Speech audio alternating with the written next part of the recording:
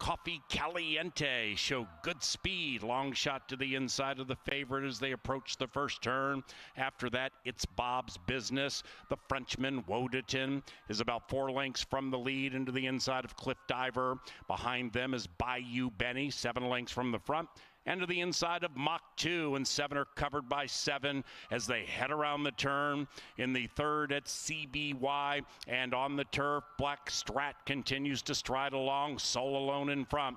The Black Strat looking to end the race in the black, leads it by 1. It's Bob's Business pulling the rider out of the saddle, and Bob wants to go. After that, Coffee Caliente, 2 lengths from the lead. Then we come to Cliff Diver advancing and in the clear just to the outside of Wodeton. Inside of them, Bayou Benny's making a move. Benny has gone from 6th up to a joint 3rd. Benny's on the move, and Mach 2 is in last, and they come off that far turn. It's Bob's Business makes a big move on the Black Strat. It's Bob's Business takes the lead by a head. Coffee Caliente swings to the outside. After that, Bayou Benny and Cliff Diver. They're into the final 250. It's Bob's Business on the grind. Coffee Caliente at 1,000,000 to 1's running a big one. Outside of that, Bayou Benny. Coffee Caliente at 19 to 1. Another upset on the Canterbury Park turf course.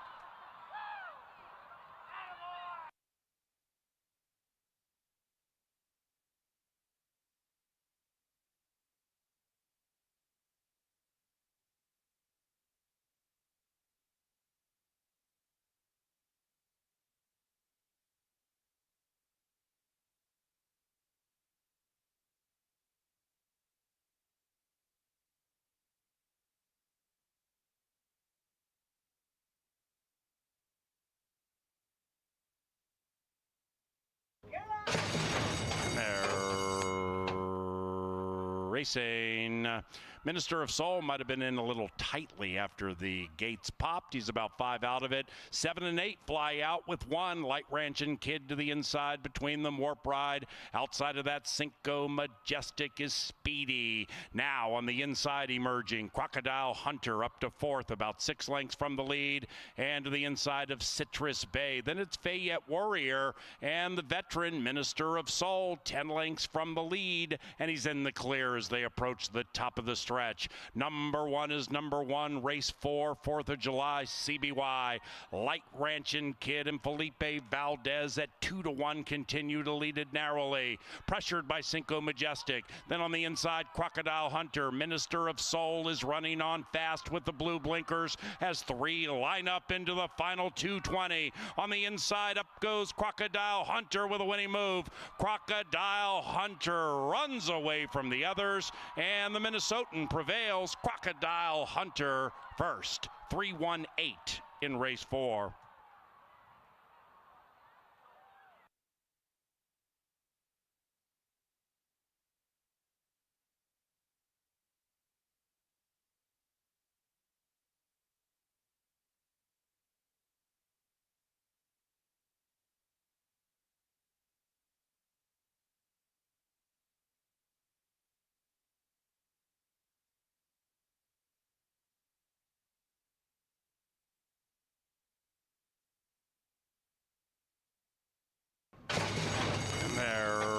Racing. Loring Park stumbled shortly after the start. Sonic Speed also off slowly. Max's Map off very quickly at 9 to 5. And Loring Park, the speedy Minnesotan, recovers to press the pace. And those two race 2.5 clear from Stability. Stability is about a length and a half clear from Sarge's Sermon. That one's about 5 lengths from the front to the outside of Lord Knows. And to the inside of that one, we come to Juan Colorado, actually advancing to the outside of Lord Knows, and now they head up the backside. And Caught Off Guard looks to win 2 in a row from 10 out of it. Caught Off Guard to the inside of Minnesotan, Found Jordan. Sonic Speed is last in 12 from the lead. And now they have a half mile to go. Loring Park leads it ahead. Badgered by Max's Map to the inside. Stability settles in 3 out of it. To the inside of that one, Lord Knows, trying to win 2 in a row. Then we come to Sarge's Sermon, wide around the turn. Juan Colorado even wider, and Juan Colorado's to the outside of Caught Off Guard, and they've been passed by Found Jordan, who's on the move, and Sonic Speed's coming with a run from last. 7 lengths covers them. It looks wide open as they head for home. Max's Map and Loring Park have been passed. Lord Knows with a burst. Lord Knows opens up by 2 on Loring Park and Max's Map. Sonic Speed is surging home fast on the inside, and outside of that is Found Jordan, but Lord Knows this 5 has won 2 in a row. Lord Knows by 2. 5, 8, 10 in race 5.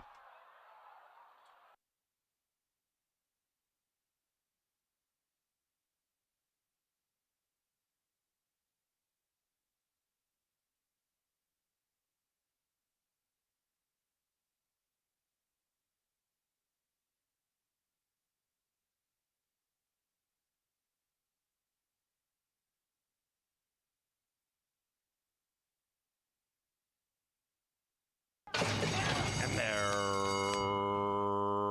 racing. Mia's Angel tries to soar away into the winner's circle. Extra Indy with extra speed. Haute Charlotte has good speed to the outside. Now they begin to separate themselves. Blues Cross is 5 out of it to the outside of Kind Kismet. Also, we come to Drop Cold. That one was wide around the turn. Not a Word saved ground. And on Speed Dial is last. 10 covers them. Up top, Haute Charlotte and Eddie G. Haute Charlotte leads it by a neck. In second is Mia's Angel. Now those two travel in perfect harmony with 4 furlongs to go in race 6. Extra Indy tracks about 2.5, 3 out of it. Kind Kismet to the outside of that one, and Not a Word to the inside. Then we come to Drop Cold, 7 lengths from the front. Blues Cross next to that one. On Speed Dial still last, but now just 7 lengths from the lead and skirting through on the inside. Meanwhile, 5 and 7 continue to slug it out. Haute Charlotte, Mia's Angel. Outside of that, Extra Indy. Even wider out is Kind Kismet. Not a Word behind them, waiting for the light of day. Then it's a big gap back to Blues Cross, and they line up nearly 5 astern into the final furlong. Haute Charlotte still fighting on with Mia's Angel. Outside of that, Extra Indy, Kind Kismet teetered out. Not a Word. Mia's Angel at 12 to 1 springs an upset in race 6. It's 5-7-1 in race 6.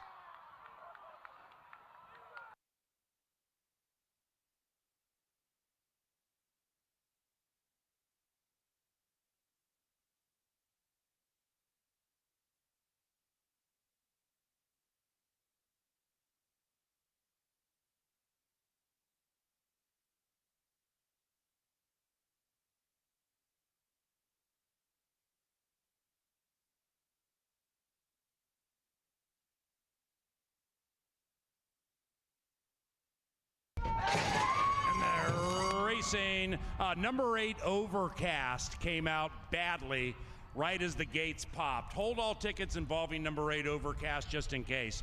Meanwhile, the rest of the field flies on.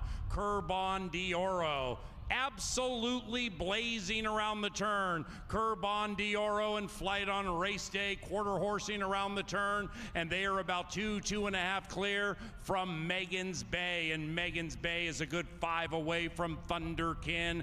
Thunderkin already about 7-8 behind. Curbon d'Oro bet down to 4 to 1. Curbon d'Oro leads it from Flight on Race Day.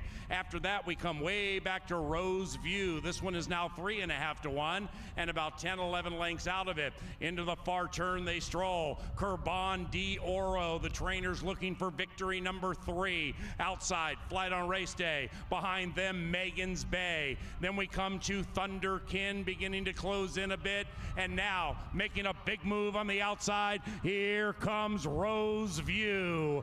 Curbon d'Oro still leads by 2.5. Curbon d'Oro from Rose View. That's it for Megan's Bay. After that, we come back about 2-3 lengths. Soundtrack's closing fast. Curbon d'Oro is tired. The lead now goes to Rose View. And on the outside, Soundtrack. But it's Rose View, and Harry Hernandez prevail.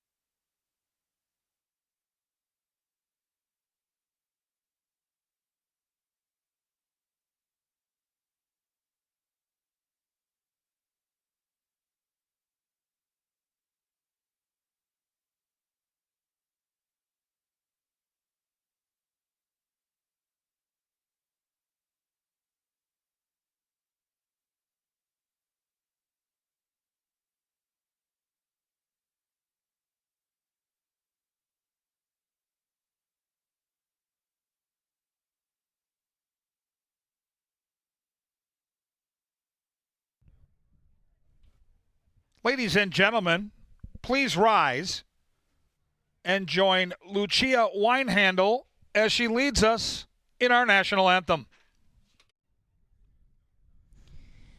Oh, say, can you see by the dawn's early light what so proudly we hailed at the twilight's last gleaming, whose broad stripes and bright stars through the perilous fight o'er the ramparts we watched were so gallantly streaming, and the rocket's red glare, the bombs bursting in air, gave proof through the night that our flag was still there. Oh, say does that star-spangled banner yet wave o'er the land of the free and the home of the brave.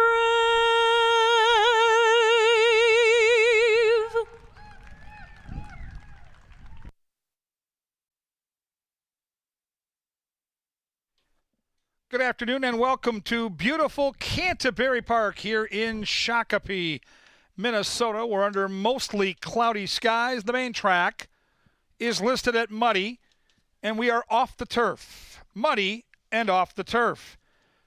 If you'll get your programs handy, we'll go over the changes on tonight's 7-race card. Race 1 starts the 50-cent pick 4. No changes in the lid lifter. Free and clear in the first. Pick 5 starts in race 2, 10% takeout, lowest in the country. Off the turf at 5 furlongs on the main. Scratch the 1, A Rose and Wine, and the 6, Noel's Angel. With those scratches, no show, no try, no super. 1 and 6 are out of race 2. Race 3, scratch number 2, Sapadilla. Additional workout for the 4-horse Petit Jean. Off the turf, no show, no try, no super in the third. Fourth race starts the late pick 4. 50-cent pick 4 starts in the fourth. And again, we are off the turf in the fourth, a distance of now 1 mile. Race 4 now, the distance is 1 mile on the main track. Take out the 4-horse, Da Ghost. Race 4, take out that 4. Race 5, 1 mile main track. Scratch number 1, Midnight Royale. Take out the 1 in race 5. In the 6th, take out the 3, Heat and Reheat, and the 9, Stormin' Hong Kong. Race 6, take out 3 and 9. And in race 7, again 1 mile on the main track in race 7, take out the 3, Brit Blitz, and the 7, Paparizzo. Race 7, scratch 3 and 7. Main track muddy, off the turf. It's time to find out everything that's important going on at Canterbury Park. Anchored by Jeff Madej, along with the birthday girl, Angela Herman. Hey everyone, welcome to Canterbury Park. Beautiful Saturday night in Shakopee, Minnesota. Kevin gave you all the changes. We're off the turf, the main track muddy, drying out, however. Big night here at Canterbury. So much going on. Hi. Birthday to you. Happy birthday to you. Happy birthday, dear Angela. Happy birthday to you. Hey, hey, hey!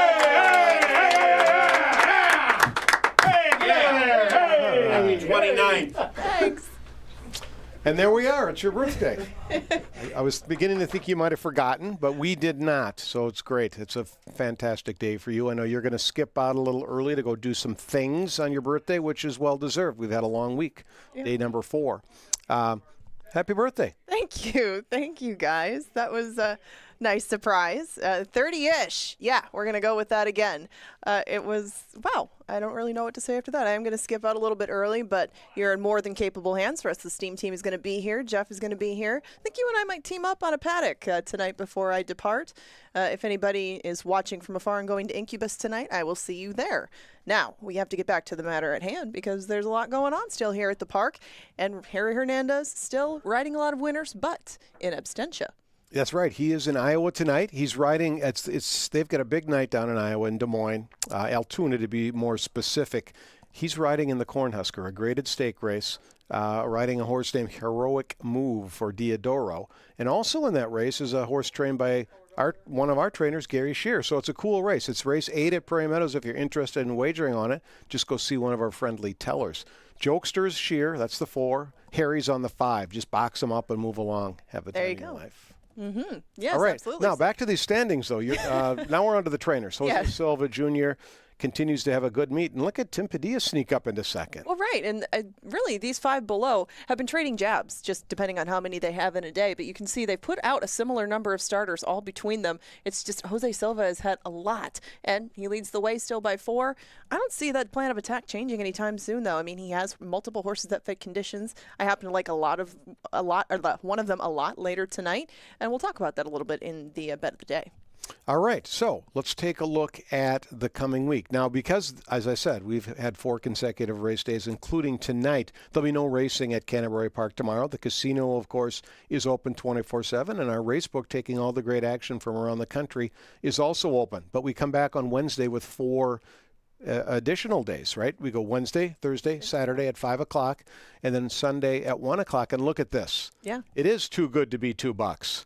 $2 specials on Thursday night. How many places can you get that much for $2? We got $2 admission, $2 tap beers, $2 Pepsi, 2-for-1 hot dogs if you didn't get your hot dog fix in the last few days. Just come join us any Thursday you want. Nobody's going to be timing you. Nobody's going to be forcing you to eat a certain amount of hot dogs. You just enjoy them all at a rate of 2-for-1. How do you top it? $2 domestic beers. Budweiser, Summit. I don't know what else we have on tap down there, but those 2, that's really, do you need to go any further than those 2? Never been more tempted to drink on the job, huh, Jeffrey? No. Well, I mean, I could punch out early that day. I've seen it. I've seen others leave early. I might do it myself just for that. But that's a cool thing, especially if, let's say you've got friends or relatives that have never been to the track and they're thinking about it. Send them out here on a Thursday. They get in for next to nothing. They can eat and drink for next to nothing. And we've got a great race card as well. Mm-hmm. Then coming up on Saturday, Taste of Canterbury. That's a pretty special event. It's kind of an exclusive event. You need to buy tickets for it. They do sell out, so go to CanterburyPark.com and get involved. But it's wings and it's whiskey, and it's brought to you by Jim Beam. Right. And this is, again, like you said, if you're looking to upgrade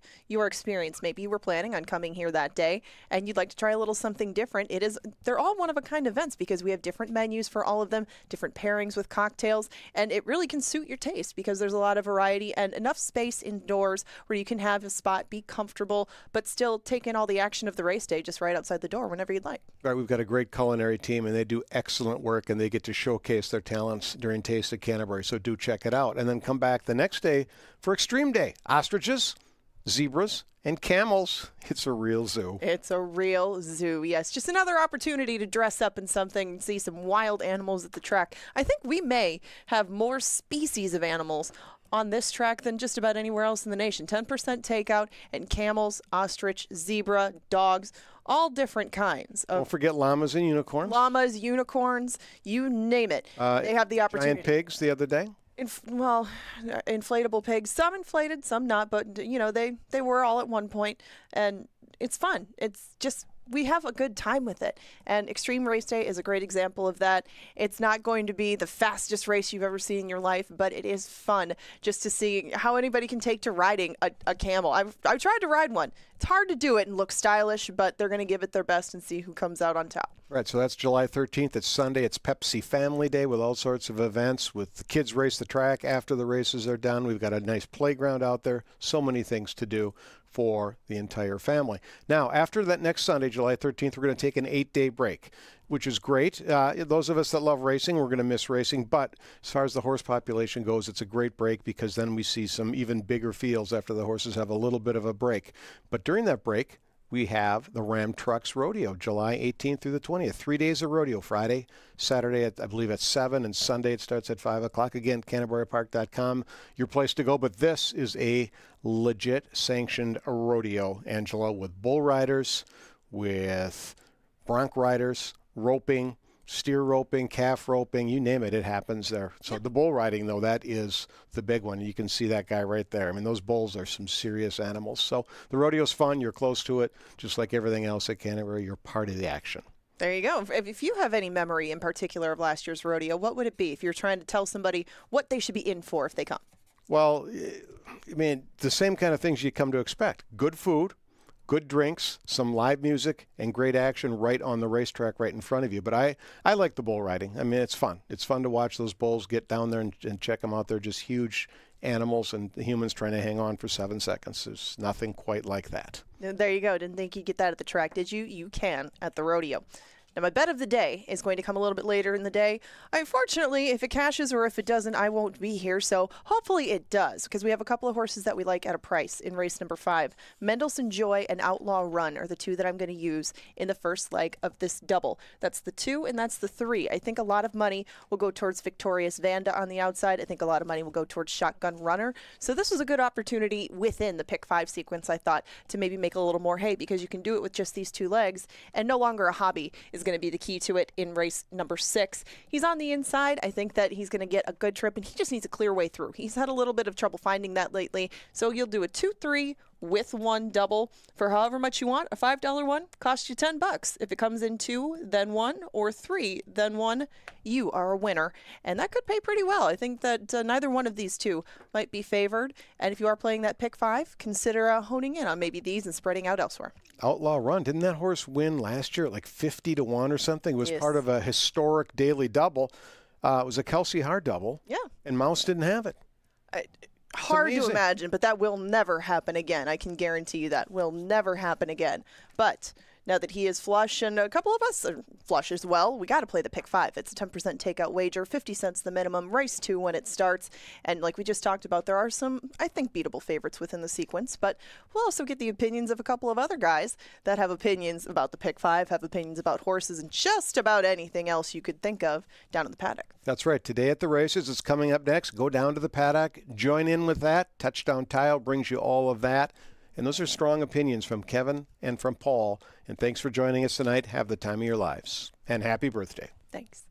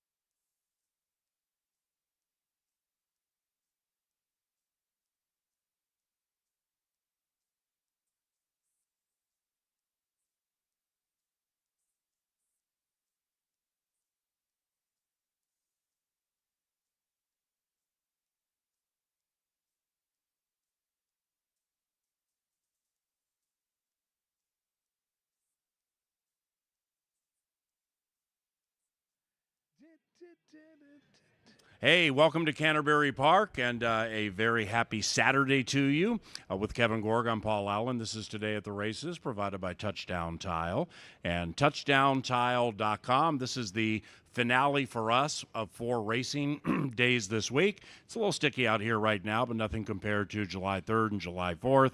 And we come up a little skinny with some of these fields today and some scratches and off the turf. But overall, that would diminish the positivity we've had this week with those upsets on the turf course. Nearly a $9,000 pick 5. It's been a great week. It has, and our turf course continues to spit out big prices. I know we're not going to be on the lawn today, but they're going to run a bunch of big races next week, including some high-level allowance next Saturday. So, yeah, it's been fun to see how it plays out. And for the fans that are out here, 10% takeout, the Pick 5 continues to be the story. As far as the best betting opportunities go, it doesn't get any better than ours at Canterbury. We will have a series of racing weeks that include Thursdays, and the first one will be next week. So after today, no racing tomorrow, no family day tomorrow. We did that yesterday on 4th of July. And next week, Wednesday and Thursday, 5 o'clock, Saturday, 5 o'clock, Sunday at 1 o'clock. Then, as Jeff and Ann shared, we take that break. But Thursday racing, with the Wednesdays we've had, where, the crowds on Wednesday and or Thursday aren't going to be as big as Saturday or Sunday on track. Right. But that doesn't mean the betting's not good. I mean, some of those betting pools with the outstate people on Wednesday and Thursday, when our turf course sticks out, comparatively speaking, to some other tracks that are running, those are going to be some good times. Yeah, they are. And I think it's really cool because we've had some buddies of ours text us at Caesar's Palace, at racetracks out west in California, and they're betting us. So you look at the betting pools on Wednesdays and Thursdays specifically, crowds are lighter here, betting pools are bigger, better opportunity. I always say, if you're going to be betting Canterbury and you're one of our regulars and you're out here on a regular basis, knowing the jockeys, knowing the trainers and the ebbs and flows of a season, it's a huge advantage to play against all that outstayed money.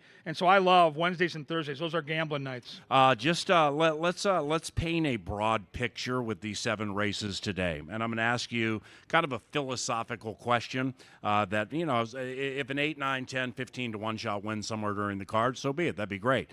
But overall, with the smaller fields, with the pick 4 specifically here, and then that pick 5 with race 2, do you sense a fair amount of short-priced winners, given we have no turf racing today? I do. Yeah, I think this is one of those nights where you're going to kind of have to ham and egg it. There's not a lot of depth to these fields, and when we're off the turf, a lot of these horses aren't versatile enough to run on both. It's very rare. Most horses prefer one or the other, and so this is a night where you can focus in on a couple of horses in every race. You can build some smaller tickets and maybe upgrade how much the ticket is. You can do a $2 or a $3 pick 5 and pick maybe 1 or 2 horses instead of using 3 or 4 horses and try to isolate on a couple of the hot favorites you like. To me, it looks like a chalkier card. Doesn't mean you can't make money. And we'll see how it starts on the Muddy Main track in the first race. I'm going to pick at 4, 5, and 1 and get out of the way. Number 4, Moral Dilemma. You'll see is owned by CBY Chapel 2024. I'm part of that ministry and part of that program. So myself, the banker Tim Siegley, horse owner Joey Gora, horse owner Justin Revac, we put up our own cash and we claimed a horse for $7,500, and 10% of what we collect goes to the Chaplaincy Backside Foundation. So I think the horse has a decent chance to win. It's going to be 4, 5, 1 for me. Yeah, good luck. I'm really excited to see how your horse runs. I get to call the race. That'll be fun. I'll be upstairs calling the first. Looking forward to that. I thought it was a 2-horse race on paper. I thought the 2 might have the pace advantage with that keen early speed in from Arizona, and you touted this a couple weeks ago. Wade Rarick's barn. You said they're 0 for 9 right now, but they're going to get hot. Well, they got hot, and they're staying hot. If you see a horse trained by Wade Rarick at any point now or next week before the break, you can bet him with confidence. They're all running. So the 2's the horse to beat. I like your 4, though. I think this horse is rounding into form. There's been some troubled trips. I like the spot today, especially on a muddy track. I'm going to go 4, 2, and 5. And just to bring you in the weeds a little bit of either horse ownership or being around a horse at a barn with a trainer, with Moral Dilemma, when you claim from trainer Cody Rosine, you're claiming from a very reliable, high percentage trainer who takes care of his horses really well. So we got a good horse, but you'll see in the past performances we have like 4 bad starts, freaked out in the starting gate the day we got him. So Patrick Fields, the trainer, when you hear me up here or maybe with the chaser, say he puts a lot of TLC, tender loving care, into his horses.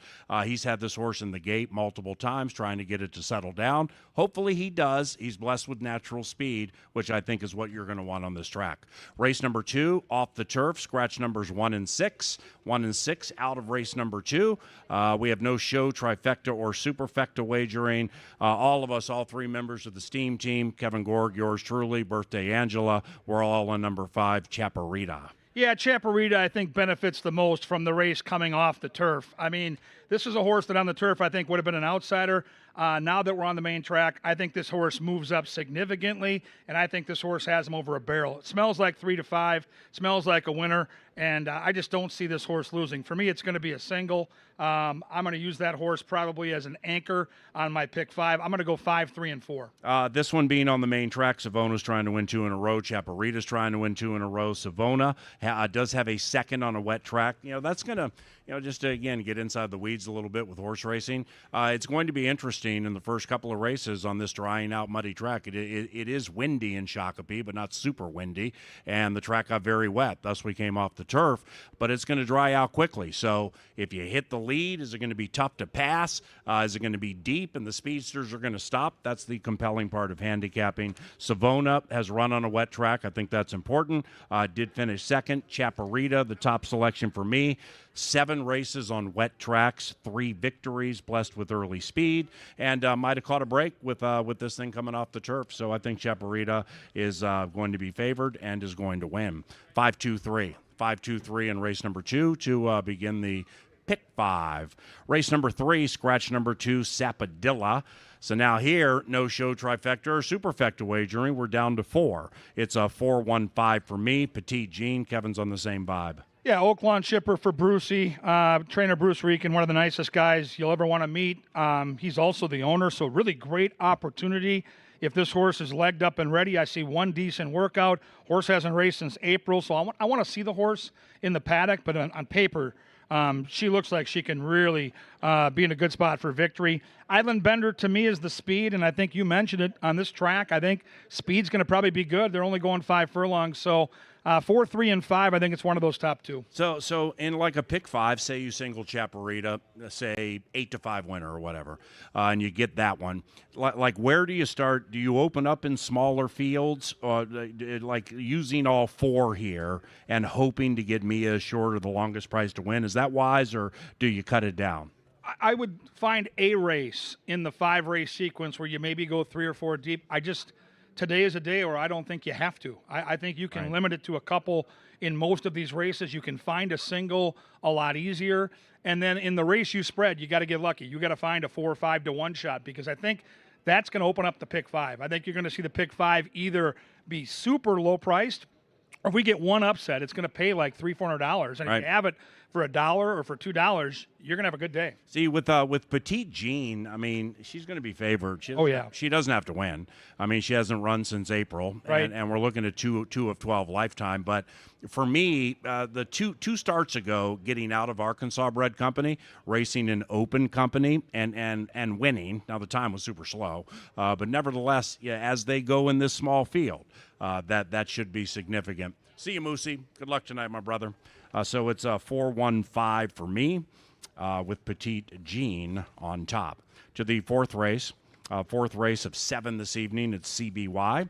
Off the turf, distance of 1 mile is okay. Scratch number 4, DeGhost. Number 4, DeGhost has scratched from the race. I'm going to go 5-6-3 in this one. Commissioner Oscar might have preferred the turf, but nevertheless, I think is absolutely the most talented of all the horses in this bunch, and I think the talent will surface enough for the favorite. I think Oscar will be favored, so I think the favorite's going to win here too, 5-6-3. Yeah, I think the talent thing makes sense. I mean, he's faced better competition. He's got the foundation right now of having a couple of starts here. He is 0 for 9 on a main track race, and that has to be factored in to your handicapping. And begging for trouble is the lonely speed. Yep. So I'm going to have to use more than the 5, but I'm like you. I think it's Commissioner Oscar's race to win or lose. He's the most talented horse.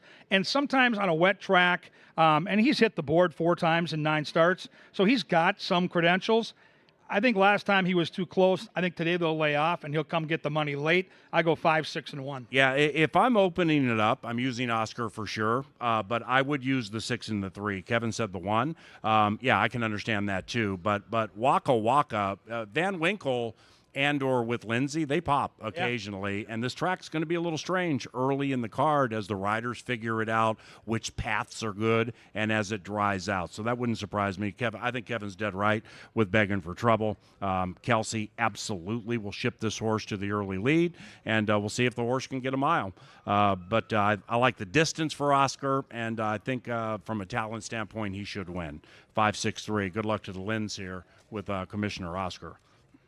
Race number 5 off the turf. Now this distance goes from 7.5 furlongs to 1 mile, just like the last race. 7.5 furlongs turf off goes to 1 mile. Main track currently listed as muddy. Scratch number 1, Midnight Royal. What you going to do? This is the race where I'm going to spread. This is the race where I'm going to probably use 3 or 4 horses. I like the 5 on top, Victorious Vanda. Most likely winner for sure, has success on the main track. I think the 7, Community Service, is super interesting. Stretching out with speed, bred for a wet track, 3 for 6 on dirt races already in the top 3. I'm going to use that 7. I'm going to mix the 6 in, and then I got to mix in Mendelssohn Joy out of respect for the birthday girl. So I go 5, 7, 2, and 6. I'm using all 4 on my tickets. Yeah, Shotgun Runner. I take Victoria's Vanda first. And Burn Scratches his other one. You know, it's not the Midnight Royal. Absolutely wasn't ready to run. Comes off the turf. You can scratch if they go to the main track in a surface change. But, you know, in a smaller field like this, I'm just wondering if Joel put that horse in to make sure Vanda got into the race, right, and that the race went. So I have no idea if that's accurate, but it's a smaller field. But Shotgun Runner, I want to make a win bet on Victoria's Vanda if I can get 2.5 to 1 or higher. It's actually one that I like a lot tonight, even on the main track. This Shotgun Runner with some Argentinian blood on the sire side. That's an inside joke, but it goes back to the Paciana Bayacoa days. Yes. And the Argentinians did what the Argentinians did on wet tracks. Shotgun Runner will be debuting on a wet track off of Victory, and I like the Victory too. When you get maidens at Canterbury cracking 130 at 7.5 furlongs on the turf, that's pretty good. Yeah. We've seen a lot of 131s and change. Not the case for Shotgun Runner. This horse is heading the right way in a hurry. With that said, Victoria's Vanda and the way the horse fought back last time and just kept fighting despite disqualification. Overall, I think this Minnesotan can get the plus part of the purse. I didn't think 2 to 1 was going to be the price. That was the turf price. We'll see what happens on the main track. 5-6-3, 5-6-3 in race number 5. We head to the 6th race and scratch numbers 3, Heat and Reheat, and 9, Storm in Hong Kong. 2, 6, 7 for me. I'm going to try Pass the Cat, who came off the layoff last time, came out of the starting gate like a Mack truck, likes wet tracks, not sure how wet it's going to be at this stage of the day. But Vic does a really good job with his horses. They're always fresh and ready to go. So I'm going to try to pull the upset of the day here in race 6 with number 2, Pass the Cat. Need a little speed in front of him. I think we're going to get it. 2, 6, 7. Yeah, I caught this horse last year at a nice price, and he's a fun horse to bet because he's so far back early, and he always comes with his run. Pass the Cat is one of those race horses that's just got a patented style every single time. This is what he does. If he gets the pace and the track is tiring, this horse is going to be flying late. I happen to think you want to be a little closer. We'll see how the track plays, though. Agreed. To your point, as the sunshine starts to dry us out, the 1 should get a wonderful trip. No longer a hobby, inside, saving ground, off the 7 and 8, who likely crackle early. 1 gets that patented trip. I don't like the ride he's had the last 2 times out. Very impatient rides. This horse needs to have a time to go and a time to wait, and I think tonight's the night to do it. I go 1, 6, and 2. For the superfecta players in the crowd, that bet starts at a dime. Got to find the top 4 finishers in a given race.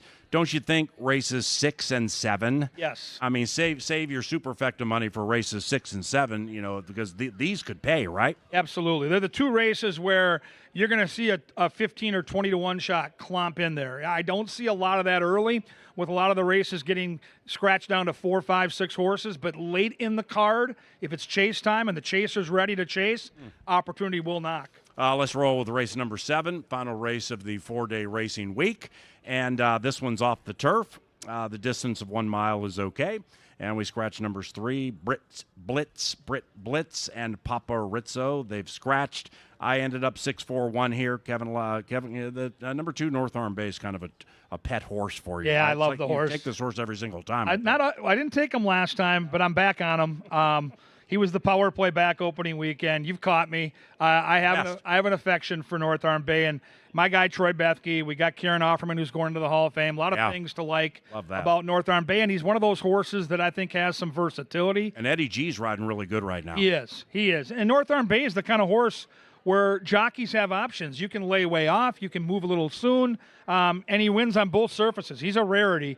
The one to me is the goofball. I think it's got a chance to hit the board at a big number. Don't sleep on Holiday Fantasy. And then I think the 5-horse makes some sense now that we're off the turf. That horse has some dirt for him. 2, 1, and 5 for me. I fell into number 6, Mr. Navigator. This 8-year-old's run 63 times, earnings at nearly $250,000. Now we're lower level, not lowest level, but you can buy the horse for $12,500. So we're in the claiming ranks, and a race like this out of that optional claimer, where Lord knows won yesterday. Good call. So now the 2 right in front of this horse have come back and won. I think that really, really elevates this horse today against this field on the main track. I don't think that should be a problem. But yeah, we have 8 main track wins. The veteran knows what to do. Fausto da Silva knows what to do. One of our best jockeys here. I like this one quite a bit. I took Tuco Bay second. Now I don't know how wet the track's going to be by like 8:10 in the evening. But Tuco Bay is 6 for 8 in the top 3 on wet tracks. And last time didn't really pop until the end of the race, coming off a layoff from March to early June. But he's 10 years of age. Sometimes it takes old people a little while to get going. I think second start off the layoff, Tuco Bay is going to be a lot better than last time. Don't know if it's going to be good enough to win, but I think, like Kevin said earlier, if you get one of those 10, 15, 20 to 1 shots in that superfecta, boom. That's how that thing pays a lot of money. Tuco Bay could be that one. I picked Holiday Fantasy third. I like what Kevin said. Don't sleep on that horse with G-Rod on the inside. 6-4-1 for me. I'm going to have a 1-4-6 exacta box for sure. Once again, ladies and gentlemen, we race next week, Wednesday and Thursday at 5 o'clock. So Thursday racing next week. Extreme Day is next weekend, with the ostriches and the zebras and the camels. So bring the kids that day. And thank you very much for coming out to Canterbury Park whenever you do. For Kevin Gorg, I'm Paul Allen. That's Today at the Races. Have a wonderful day.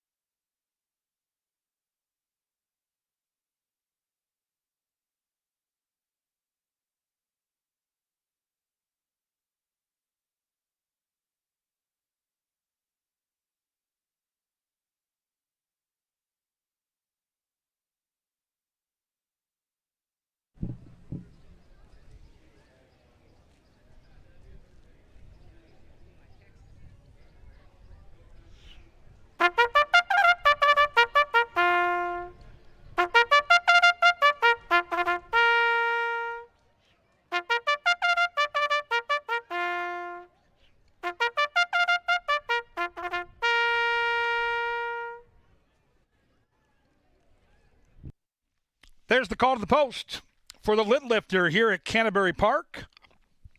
Main track muddy off the turf. No scratches or jockey changes here in the first.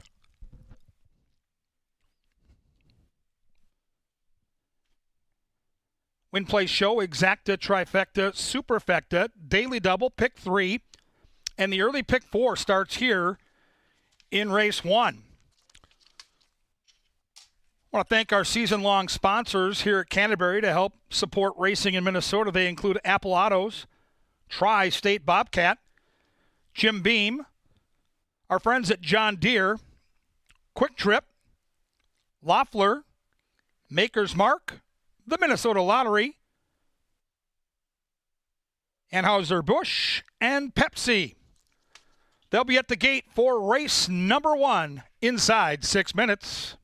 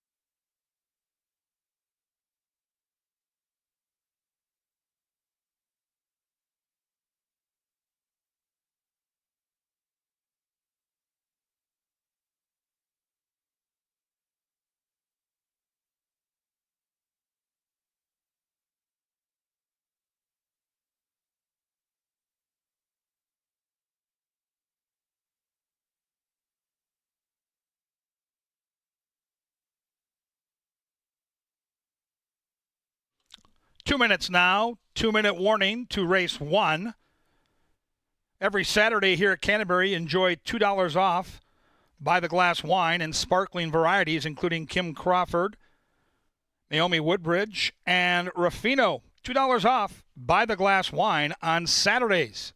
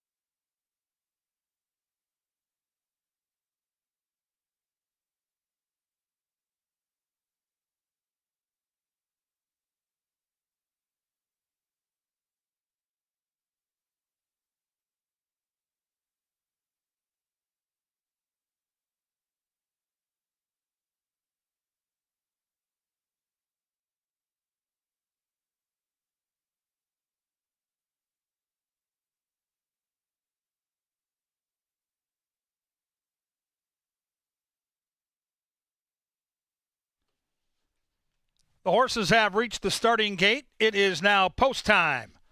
Post time for race 1 here at Canterbury. Sun starting to peek out. 7 races to enjoy tonight. Next week we go Wednesday and Thursday at 5, Saturday at 5, and Pepsi Family Day next Sunday at 1. We have an 8-day break with the rodeo in play. CanterburyPark.com for the deets. As they load, the even money favorite is the Arizona Invader, number 2, Rebellious Red. Second choice, the Chapel Horse, number 4, Moral Dilemma. 6 panels, maidens. 2 more left to load. There goes Kelsey on Moral Dilemma. Aeromax and the Q, the last in line. Good luck, everybody. Enjoy the night. There in the gate. And they're off on a sun splash Saturday night in Shakopee. Field came off to a perfect beginning. From in between horses, Work Boots has those boots on early, but not as quick as Moral Dilemma. And Kelsey and Moral Dilemma lead it by a measured length. In third is Aeromax, the hot favorite, Rebellious Red. 4 lengths from those leaders. At the tail is Mark My Memory, just 6 lengths from front to back. And Moral Dilemma has the race right now with a 3-length cushion from Aeromax on the outside and Work Boots on the inside. Rebellious Red is unwinding. They went 22-1 for that opening quarter mile. On this muddy track, Moral Dilemma trying to take them every pole, a winning one, leading it by 2. Aeromax trying to carve into that lead. Rebellious Red is being asked the question. From out of last comes Mark My Memory. They bend around that turn to the top of the Canterbury stretch, and Moral Dilemma is still there. The dilemma is, can he hold on? Outside comes Aeromax. Aeromax right to the throat latch now, and Aeromax goes right on by. Moral Dilemma's back in second. The others have got a lot of work to do. But Alonzo Quinones and Aeromax stampede to a 5-length win. Moral Dilemma holds second. Work Boots was third.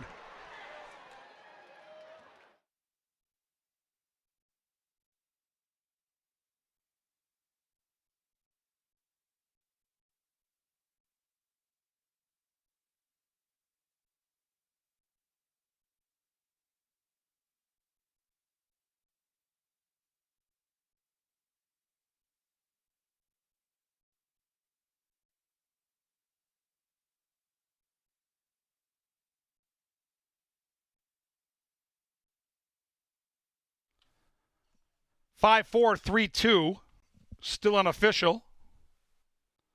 That finishing time on a muddy track, 1:12.75. Hold them all.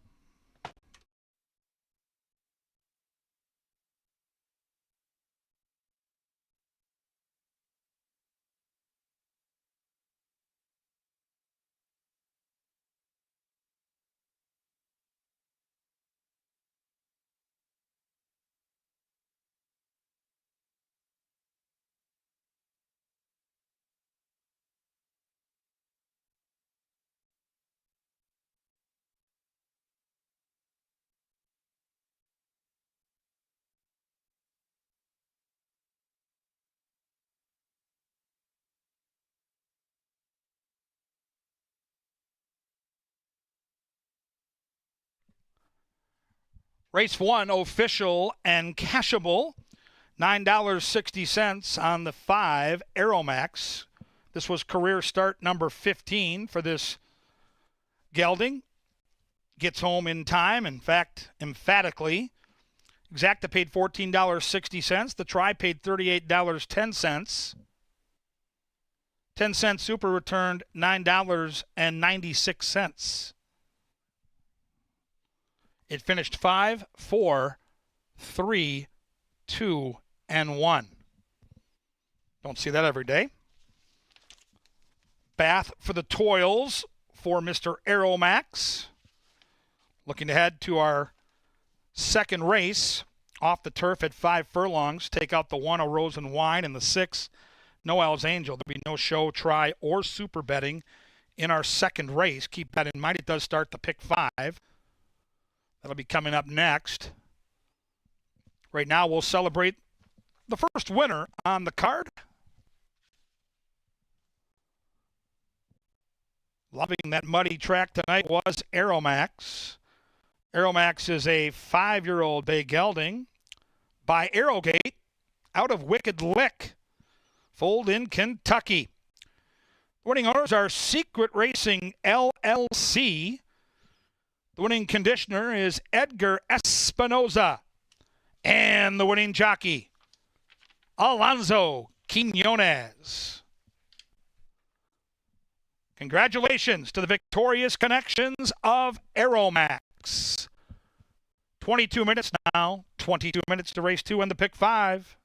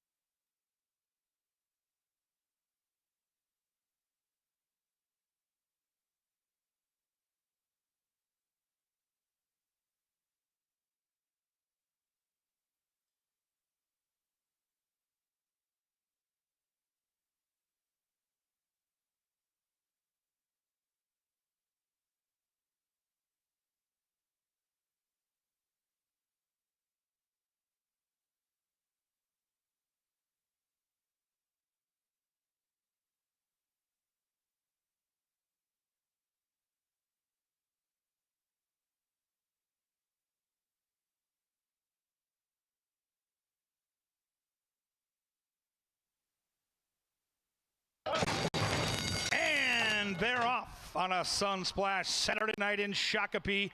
Field came off to a perfect beginning. From in between horses, Work Boots has those boots on early, but not as quick as Moral Dilemma. And Kelsey and Moral Dilemma lead it by a measured length. In third is Aeromax, the hot favorite. Rebellious Red, 4 lengths from those leaders. At the tail is Mark My Memory, just 6 lengths from front to back. And Moral Dilemma has the race right now with a 3-length cushion from Aeromax on the outside and Work Boots on the inside. Rebellious Red is unwinding. They went 22-1 for that opening quarter mile. On this muddy track, Moral Dilemma trying to take them every pole, a winning one, leading it by 2. Aeromax trying to carve into that lead. Rebellious Red is being asked the question. From out of last comes Mark My Memory. They bend around that turn to the top of the Canterbury stretch, and Moral Dilemma is still there. The dilemma is, can he hold on? Outside comes Aeromax. Aeromax right to the throat latch now, and Aeromax goes right on by. Moral Dilemma's back in second. The others have got a lot of work to do. But Alonzo Quinones and Aeromax stampede to a 5-length win. Moral Dilemma holds second. Work Boots was third.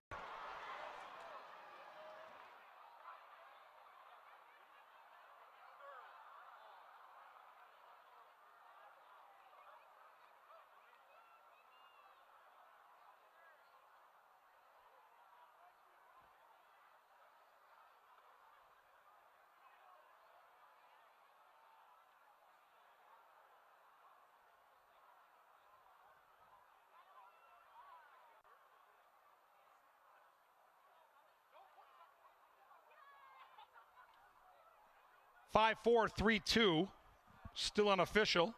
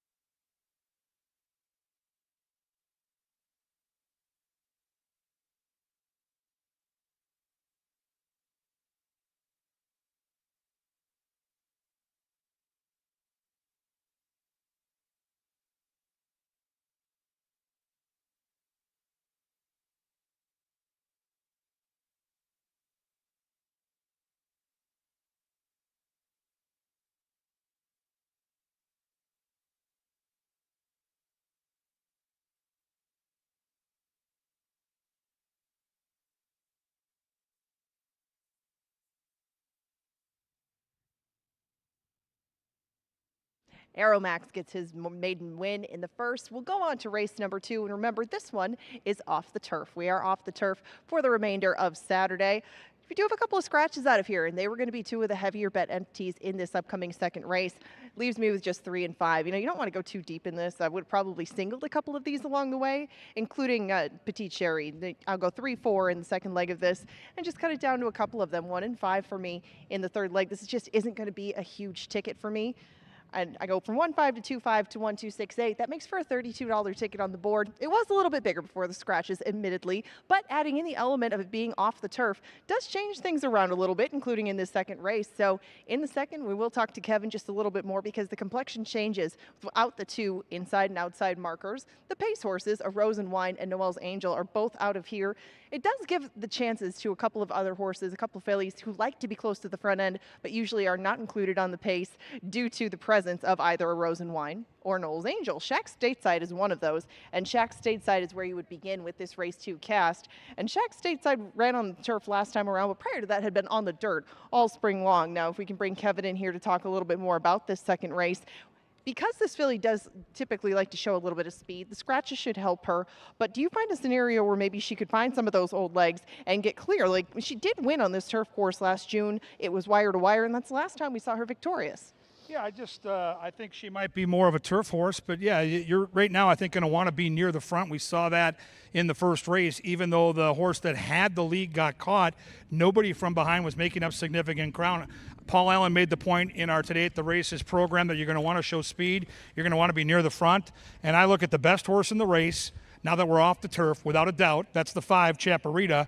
And she's got the controlling speed on the outside. I mean, this to me is a pick 5 single. You plug your nose, you take the 2 to 5, and you move on. If people want to make a case for the other 3 horses in the race, you're more than welcome to do it. I call that a takeout enhancer. I think this is a card where you have to make decisions. And my decision was made early when I saw the scratches. I'm like, I'm not going to get cute when I don't need to. And I just think Chaparita benefits more than anybody tonight on this entire card from races coming off the turf. She fits this race like a glove. No, very fair point. But there are 2 from the same barn, both Savona and Bold Intention. And obviously the better dirt running has been done by Bold Intention.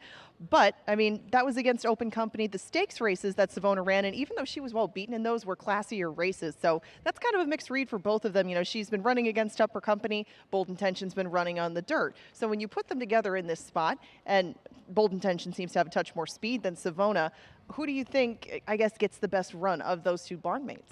Probably Bold Intention, because I think, like we saw in the first race, if it's a track early on before it dries out where you're going to want to be near the front, the outside 2 figure to be out there. And Savona's a horse that likes to lay back early and make one big run. I just don't know how conducive that's going to be now that we're on a muddy track. If we were on the turf, I thought Savona had a huge chance with the bookenders in here with all that speed. She won that race on the turf last time and did so nicely.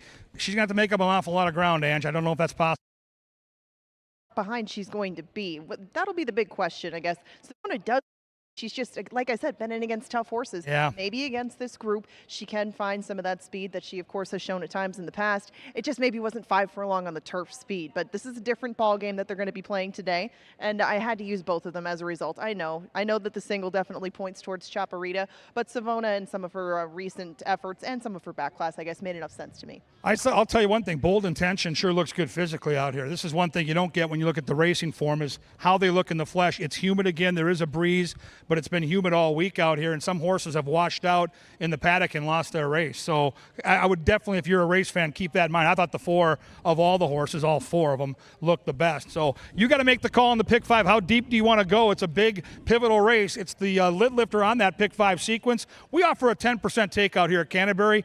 That's the lowest in North America. You owe it to yourself to play the pick 5. We're off the turf at 5 furlongs on that muddy track. 4 horses go to the gate in around 8, and then they're going to get it on.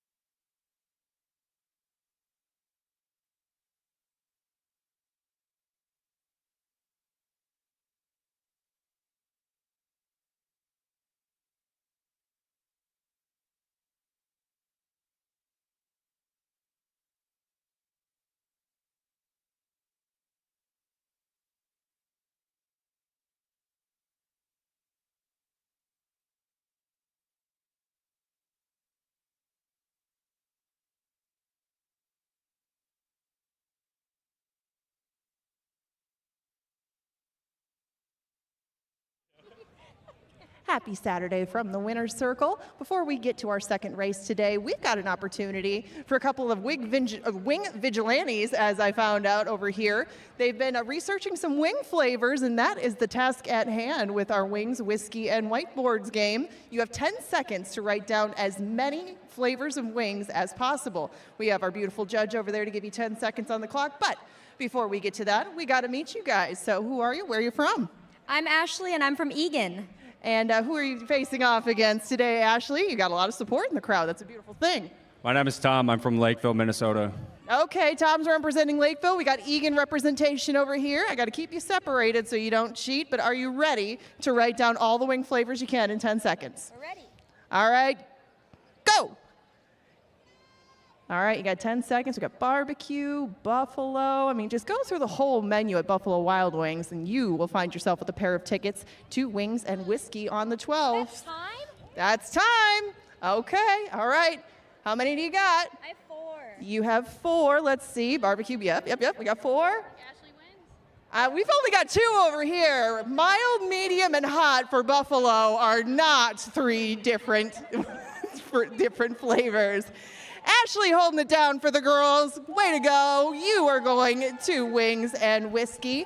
If you want to join her, there's going to be some limited tickets to it. That's on July 12th. A beautiful combination of whiskey, wings, winners.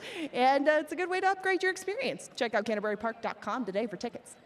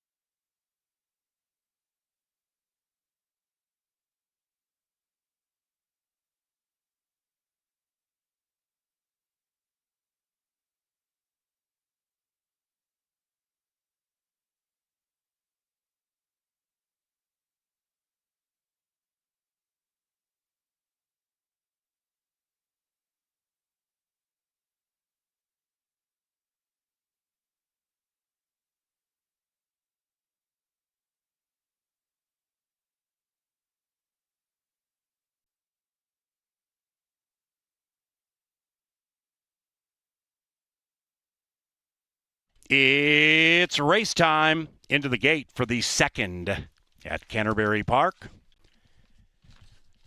This originally was supposed to be a turf race, turf racing off the grass on a main track listed as muddy.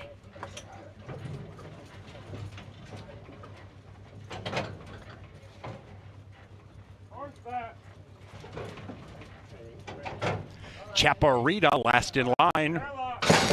And they're racing. Slow beginning for Savona. 5 lengths in arrears already. Bold Intention with bold speed intentions, and Bold Intention soars away by 3. After that, Chaparita trying to win 2 in a row. Shack Stateside next to the inside. Shack Stateside is all over that leader. Bold Intention within a half. And then we come back to Savona. The slow starter is now 8 lengths from the lead. And the lead belongs to Bold Intention round about the quarter pole. Shack Stateside right alongside. Chaparita would have to win 2 in a row from 6 out of it, and is about the same distance clear from Savona.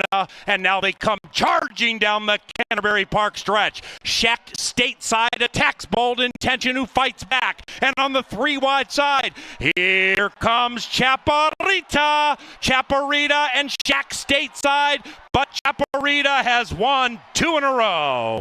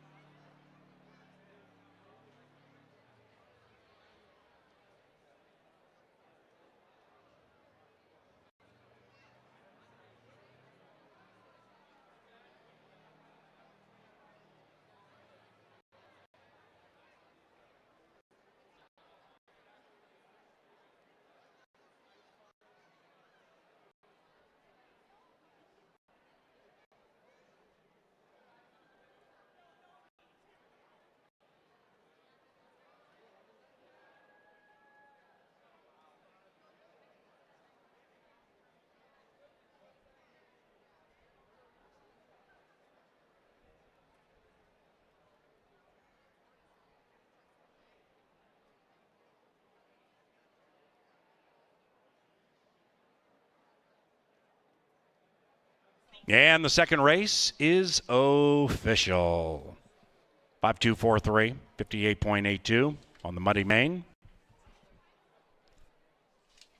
First double, 5's wild, 14.20 for the $2 payoff. Race number 3, scratch number 2. Scratch 2 from race 3. No show, trifecta, or superfecta wagering 20 minutes from now.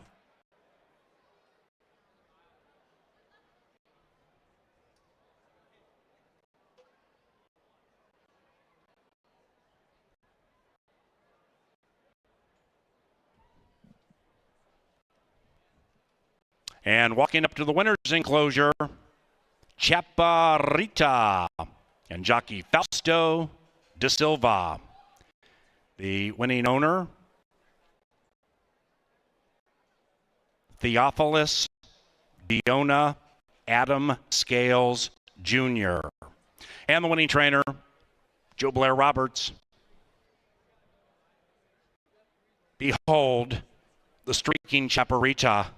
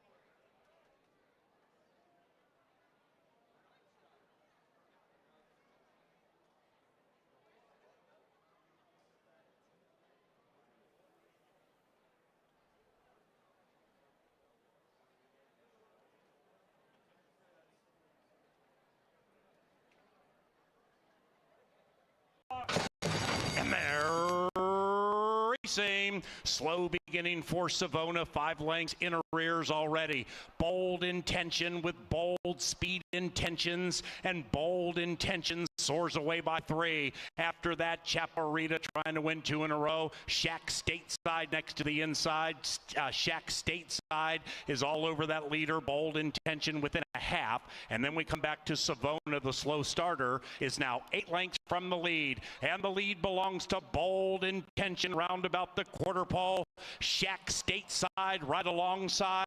Chaparita would have to win 2 in a row from 6 out of it, and is about the same distance clear from Savona. And now they come charging down the Canterbury Park stretch. Shack Stateside attacks Bold Intention, who fights back. And on the 3 wide side, here comes Chaparita. Chaparita and Shack Stateside, but Chaparita has won 2 in a row.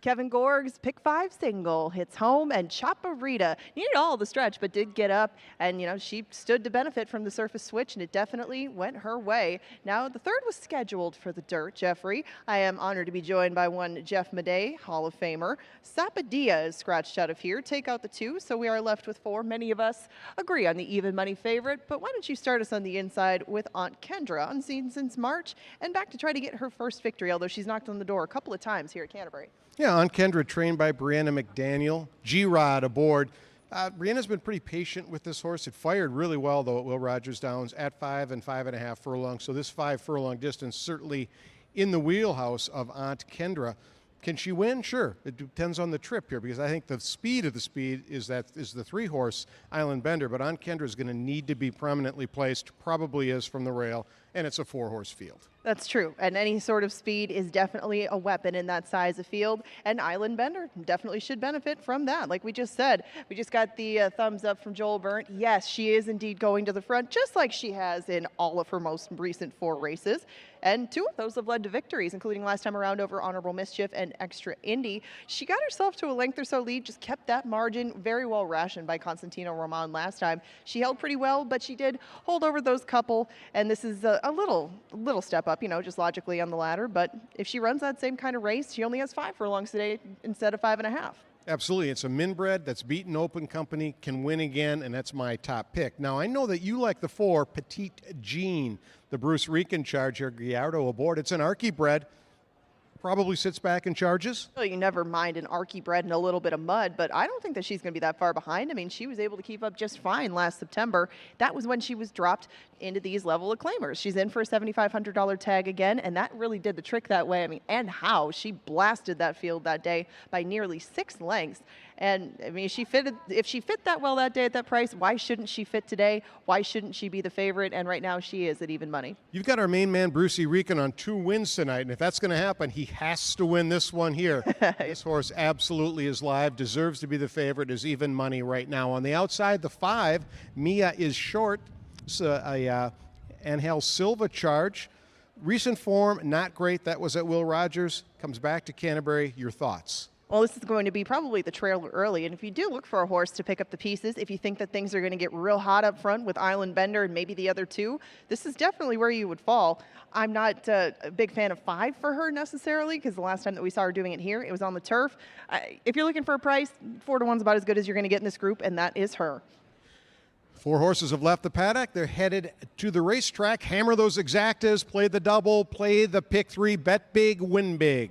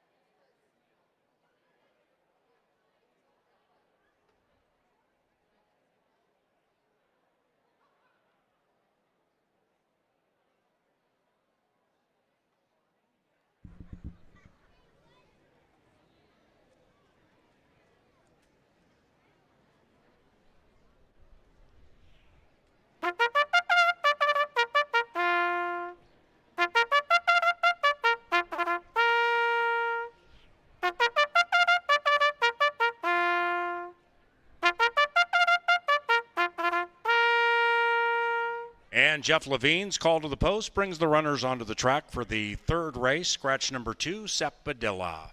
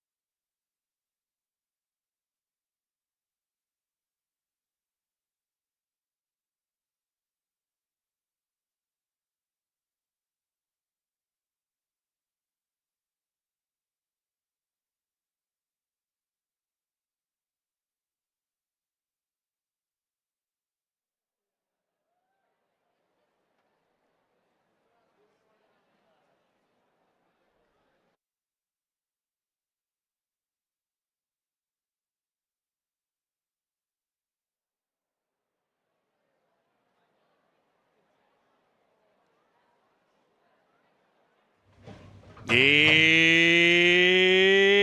race time.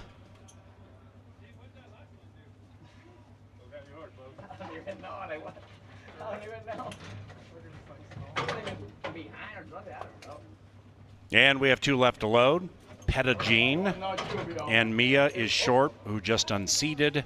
Jockey Carlo Lopez. Horse and or rider, no worse for the wear.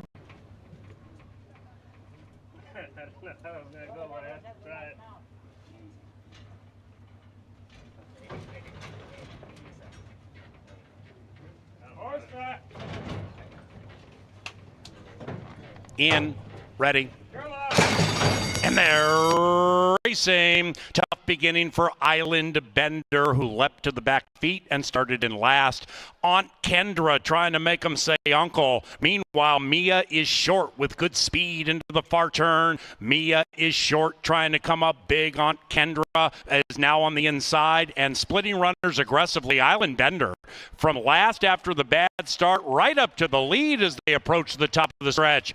Island Bender slugs it out with Pettigene to the outside and Aunt Kendra to the inside. Mia is short, is now 6 lengths from the lead, and here they come down the Canterbury Park stretch. Pettigene to the outside.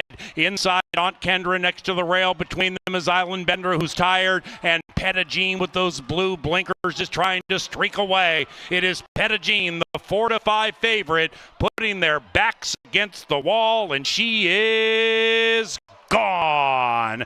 The People's Choice prevails.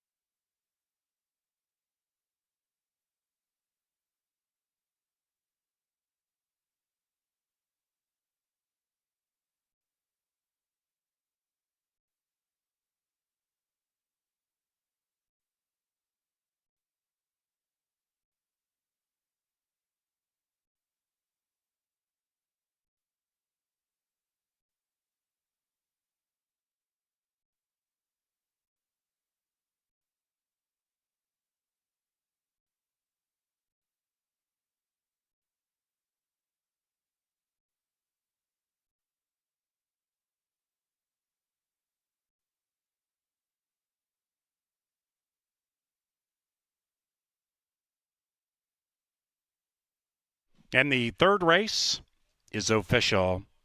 The fourth is around the corner, courtesy of Jim Beam Bourbon, Busch Light, and Touchdown Tile.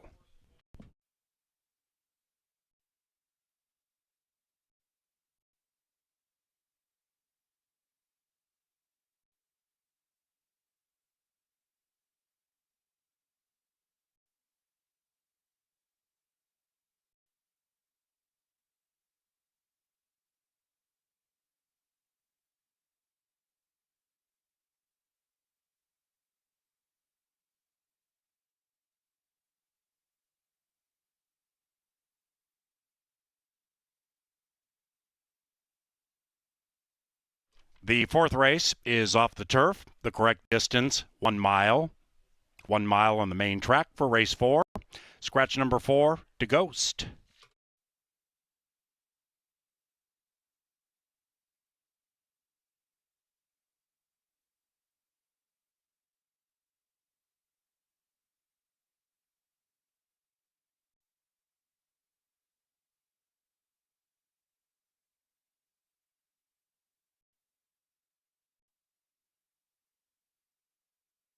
Into the winner's enclosure, number 4, Petagene and Eduardo Gallardo.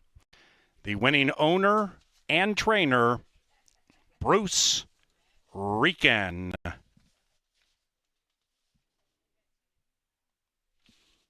Race 4, 20 minutes from now.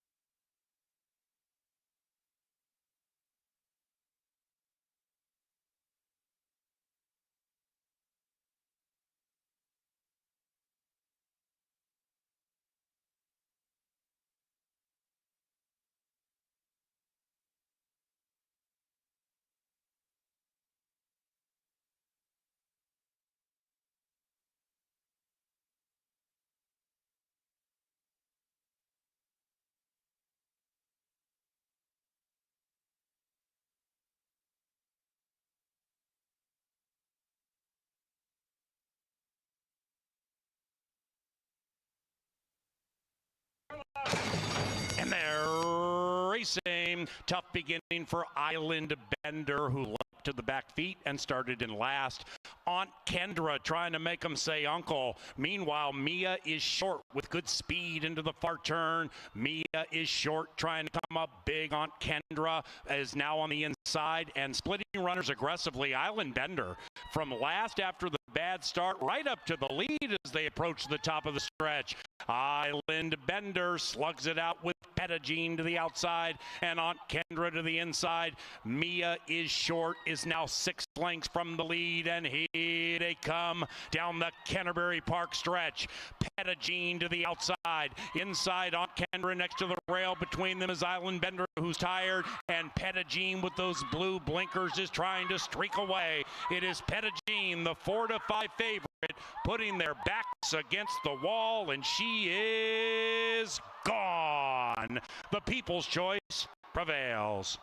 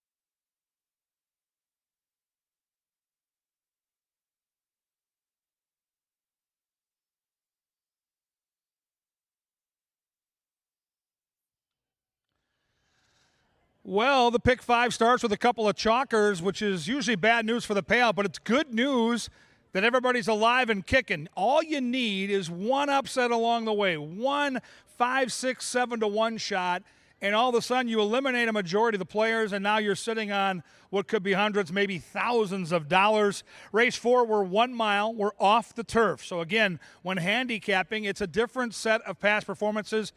Some horses can run on both. I think Commissioner Oscar, who likely goes favorite here, is one of those horses, but most like one or the other.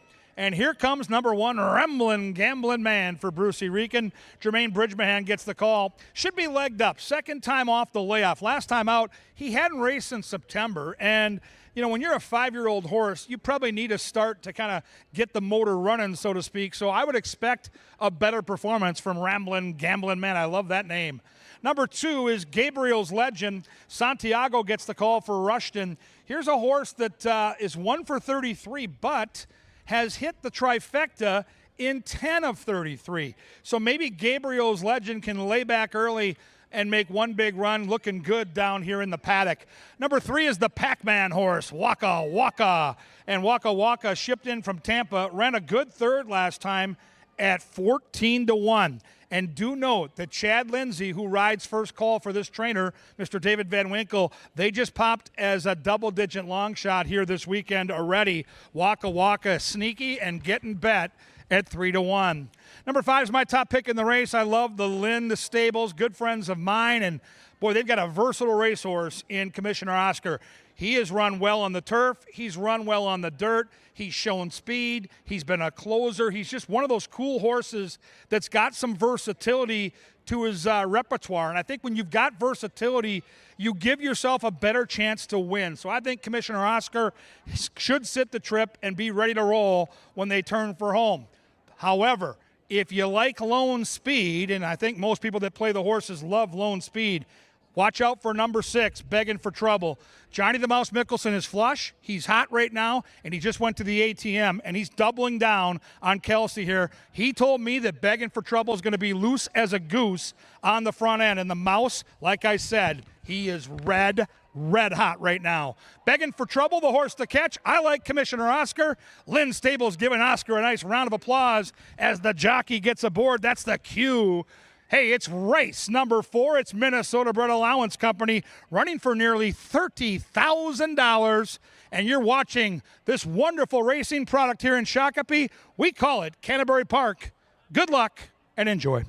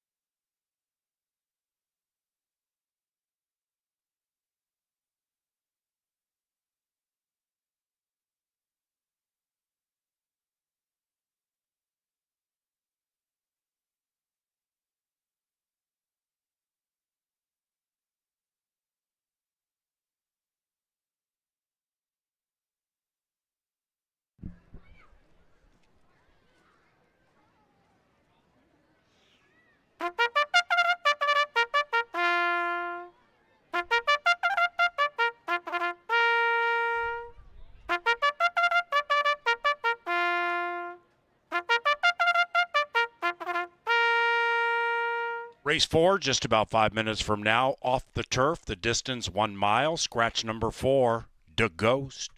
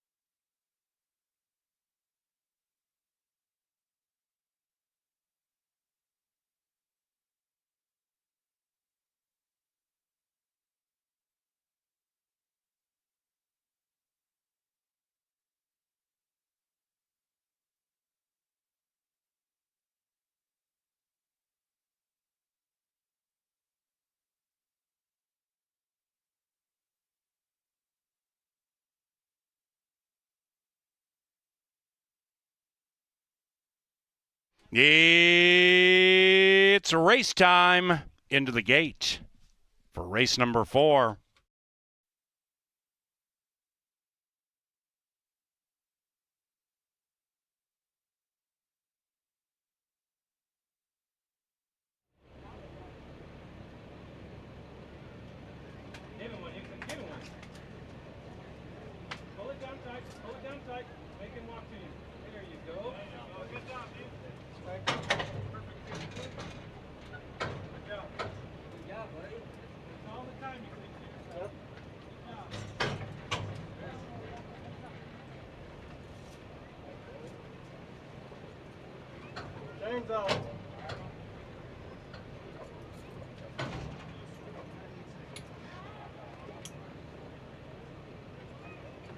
One out.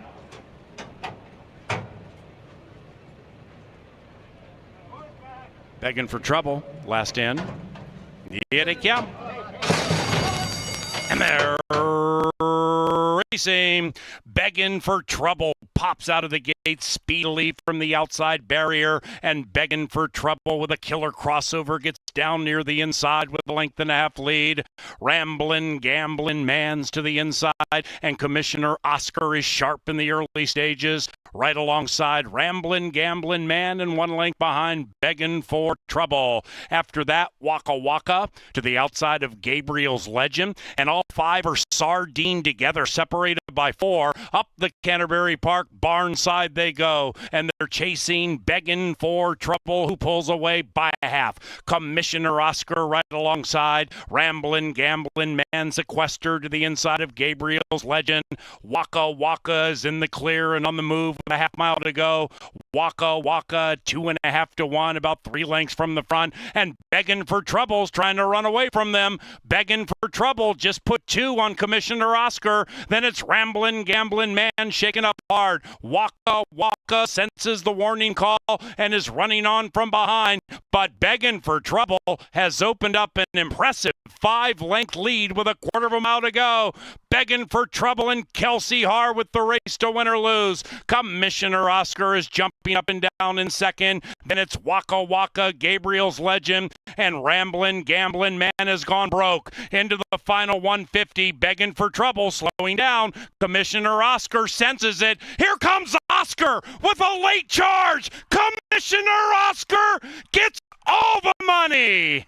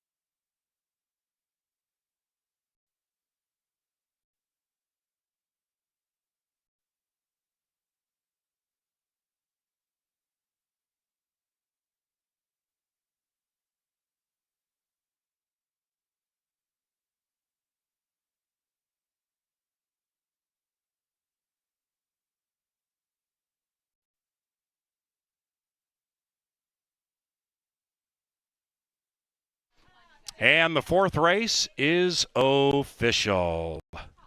5-6-3-1, 139.99 the final time. Race 5 off the turf. Distance 1 mile. Scratch number 1, Midnight Royal. 5th race about 20 minutes from now.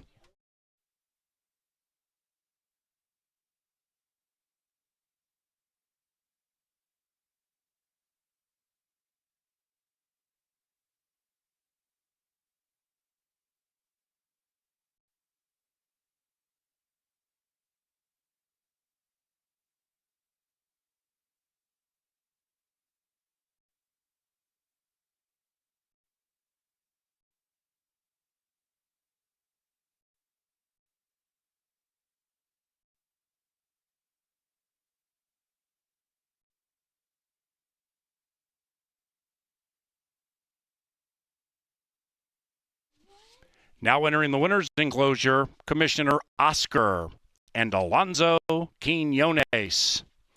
The winning owners, Lind Stables. And the winning trainer, Joe Burnt. Commissioner Oscar is a 4-year-old brown son of Commissioner out of Miss Jane. Bred in Minnesota by Pete Matson. The 5th race, 20 minutes from now.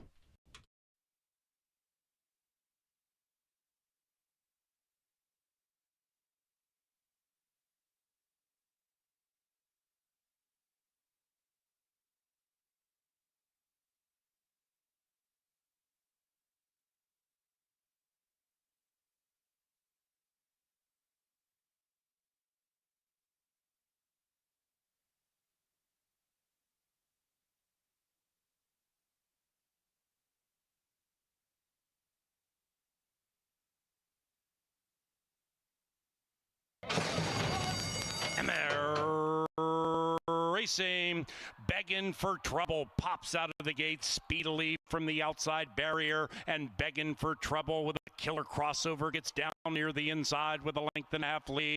Ramblin' Gamblin' Man's to the inside, and Commissioner Oscar is sharp in the early stages, right alongside Ramblin' Gamblin' Man, and 1 length behind begging for trouble. After that, Waka Waka to the outside of Gabriel's Legend, and all 5 are sardined together, separated by 4. Up the Canterbury Park barn side they go, and they're chasing begging for trouble, who pulls away by a half.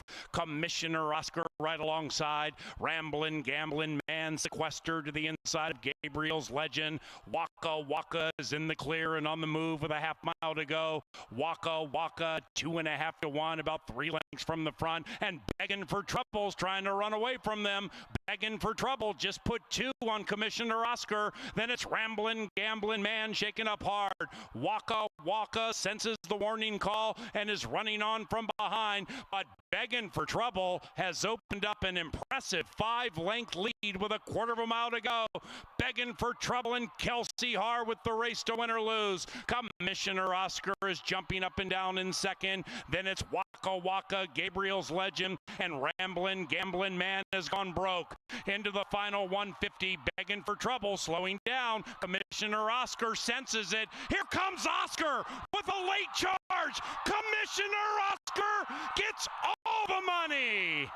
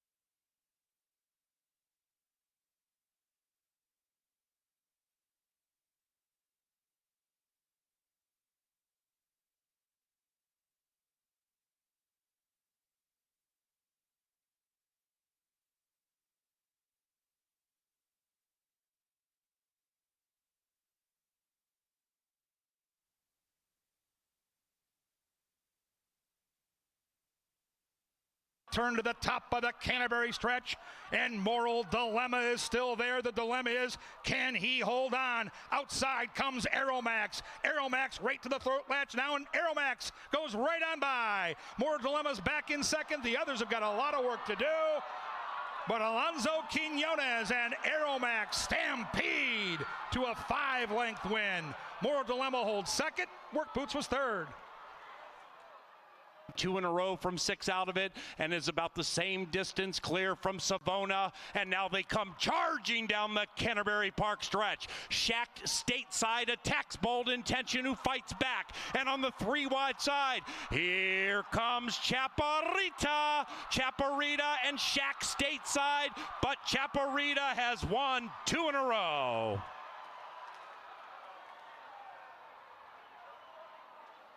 Down the Canterbury Park stretch. Pettigene to the outside. Inside, Aunt Kendra next to the rail. Between them is Island Bender, who's tired. And Pettigene with those blue blinkers is trying to streak away. It is Pettigene, the 4-5 favorite, putting their backs against the wall, and she is gone. The People's Choice prevails. Kelsey Har with the race to win or lose. Commissioner Oscar is jumping up and down in second. Then it's Waka Waka, Gabriel's Legend, and Ramblin' Gamblin' Man has gone broke. Into the final 150, begging for trouble, slowing down. Commissioner Oscar senses it. Here comes Oscar with a late charge. Commissioner Oscar gets all the money.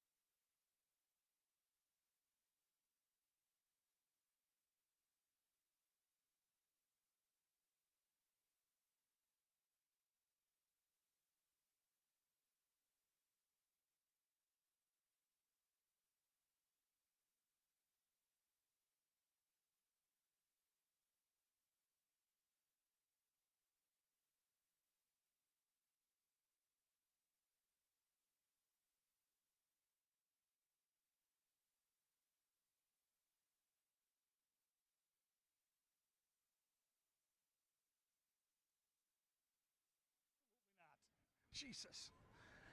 Well, it's a festive paddock. We've got a lot of people out here. It's a beautiful summer night. And how about Commissioner Oscar showing that versatility? It looked like Kelsey was loose as a goose and gone. And and Oscar had other plans. Congratulations to Lynn Stables. A couple for the queue tonight, and good to see Alonso Quinones riding like he always does. Really, really well. Race 5, 1 mile main track, and another race where if this was on the turf, I think the betting would look completely different. So let's kind of walk through how these horses match up, moving from the turf to now the dirt. We'll start with number 2, Mendelssohn Joy. This would have been my top pick had they stayed on the grass. I've still got the horse in the mix. He's got 1 win in his career, and it was on a dirt surface, but his Beyer speed figures are significantly higher on the turf. I think the moisture in the track probably helps. He's absolutely good enough. And I got a buddy here named, we'll call him Dan. He's alive in the pick 5. He needs one of these 7-to-1 shots to pop, and maybe Mendelssohn Joy can do that for Finzi. Number 3 is Outlaw Run. Oh, there's Kelsey. She rides for Bobby Klein here. Dirt form is okay. I think this horse is just better on the turf. That's my opinion. If we were on the turf, this horse would have been absolutely all over my tickets. I'm going to wait for a turf race and hope that form gets muddied up. Bobby Klein's got this horse looking good in the paddock, though. Braided mane in play. I love the braided mane. Number 4 is Jetstream. Leslie Mowing gets the call for Rushton. They stretched the horse out after a 6-furlong warm-up. Probably needed the race. Hadn't raced since way back around Thanksgiving. So maybe improvement is on the horizon, but will need a career best to contend with this bunch. It is interesting, though, that the horse was 15-1 in the morning line, and it's taken all that money, 6-1. Very conspicuous on the board. I like the big gray here. I'm a big fan of Victorious Vanda. 3rd time off the bench, G-Rod for Joel Burnt. This is a Minnesota bred taking on open company. Love when they put their horses in good spots and they're aggressive. Joel Burnt knows exactly what he's doing. Vanda's got some speed. I don't think you're going to make up a ton of ground on this track. I think Vanda's going to be out there near the front where Vanda likes to be. Cloudy day, I picked the gray. Number 6, Shotgun Runner. Eduardo Gallardo the call here for Cody Rosine. This is a Novogratz homebred, and congratulations to Joe. He goes in the Canterbury Hall of Fame next week. Really cool to see. Huge fan of Joe and all his horses, so love those lime green silks, and a nice price here at 5-2 as the danger to Victorious Vanda. The sneaky horse for me is the 7. This is the long shot that I might dabble with in the exactas and trifectas. Community Service, to me, is a lightly raced horse that hasn't shown his best. The form is all on dirt, outside attack post with speed. I think the jock here, Valdez, can kind of pick the spot where this horse is going to fit in, but I think he's quick enough to get out there and do some good things. At 6-1, I'll mix that 7 horse into all my exactas, trifectas, and superfectas. It's race number 5. We've only got 3 races left. Get off your wallet, start making those plays. You can't win big unless you bet big. Race number 5 coming up. Race number 5 coming at ya. Race number 5 is next.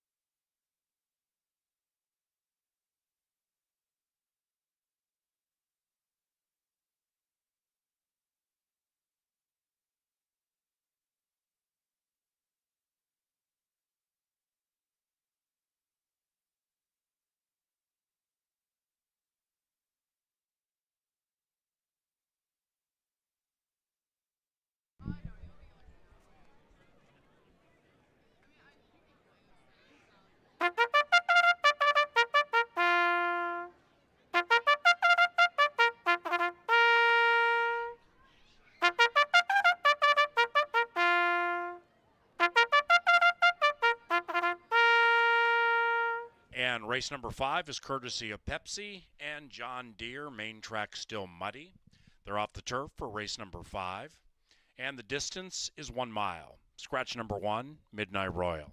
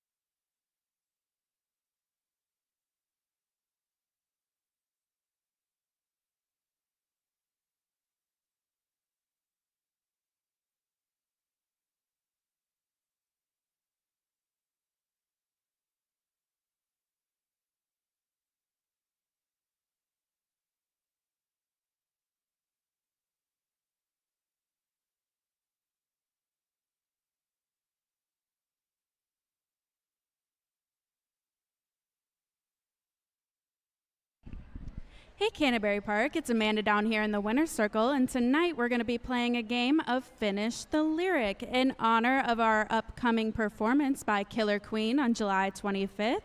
We have our first contestant.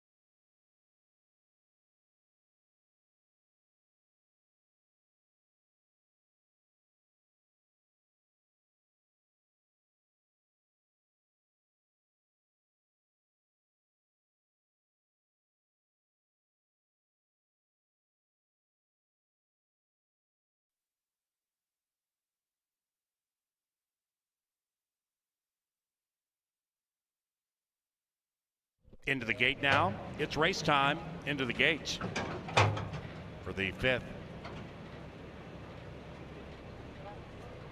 Outlaw Run, Jetstream, Green Core Organics.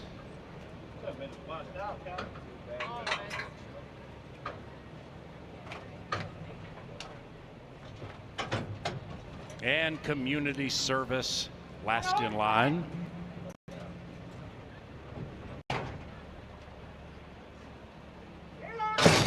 And they're racing in the Armenian Princess, race number 5 at Canterbury Park. And we have 4 astern approaching the turn from the inside. Mendelssohn Joy shows speed, but now has been passed by Victorious Vanda. Victorious Vanda's the gray to the inside of Shotgun Runner, and those two run away from Mendelssohn Joy by about 2.5. After that, we come back to Outlaw Run to the inside of the 2 under a very, very tight pull. Then we come back to Community Service, 5th, 5 lengths out of it, and 2.5 clear from Jetstream. They head up the Canterbury Park barn side on the Muddy Main. Victorious Vanda and G-Rod keeping the head in front, leading it by a half with 4 to go. Outside of that is Shotgun Runner still waiting. Outlaw Run, biding time. Mendelssohn Joy likewise, but now being niggled out a bit. That's the 2 beginning to close in. And about 3 out of it, 2.5, 3 clear from Community Service. And Jetstream is still last in about 8 lengths rearmost as they approach the top of the stretch and round about the quarter pole. Victorious Vanda doing it stylishly. G-Rod has not moved a muscle on that 5. Victorious Vanda opens up by 3. Outlaw Run senses the call to the inside. Outside of that, Shotgun Runner, then it's Mendelssohn Joy. Into the final furlong, Victorious Vanda with a 4-length advantage, and Victorious Vanda has run them into the ground. Victorious Vanda at even money prevails from Outlaw Run. Mendelssohn Joy, 3rd.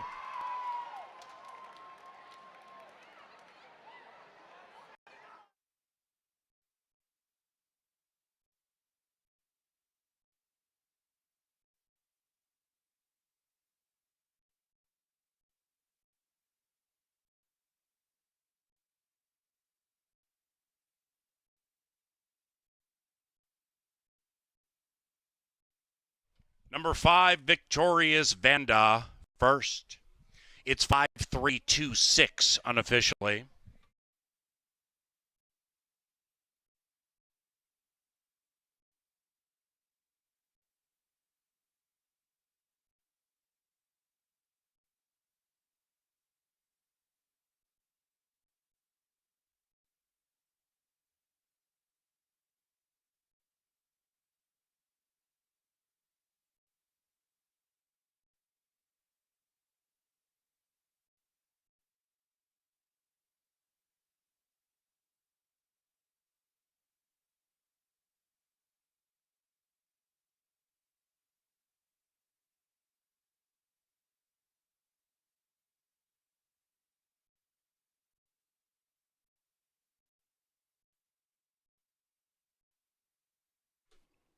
On the big screen, ladies and gentlemen, he's JJ.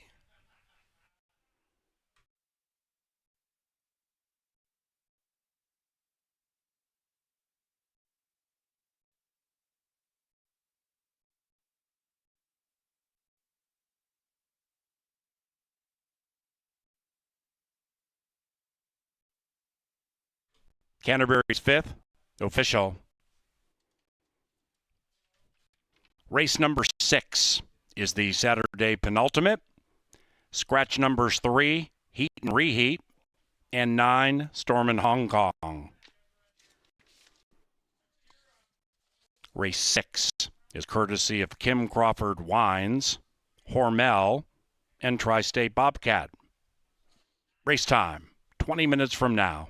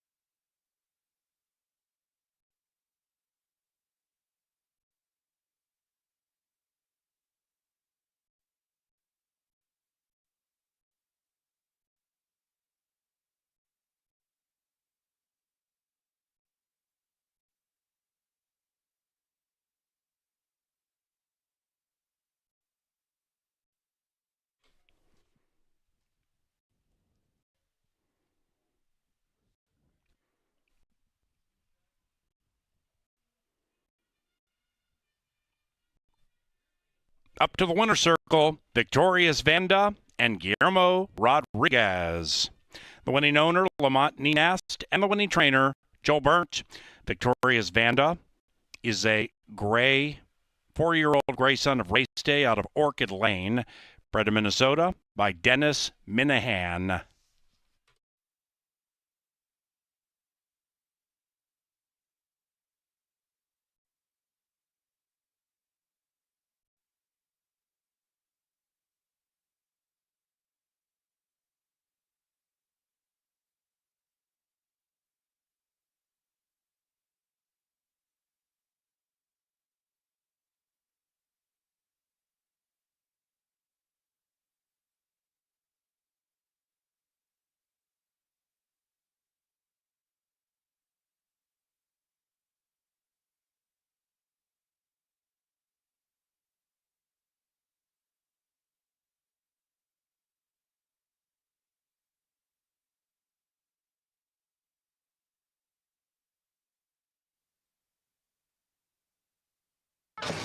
And they're racing in the Armenian Princess, race number 5 at Canterbury Park.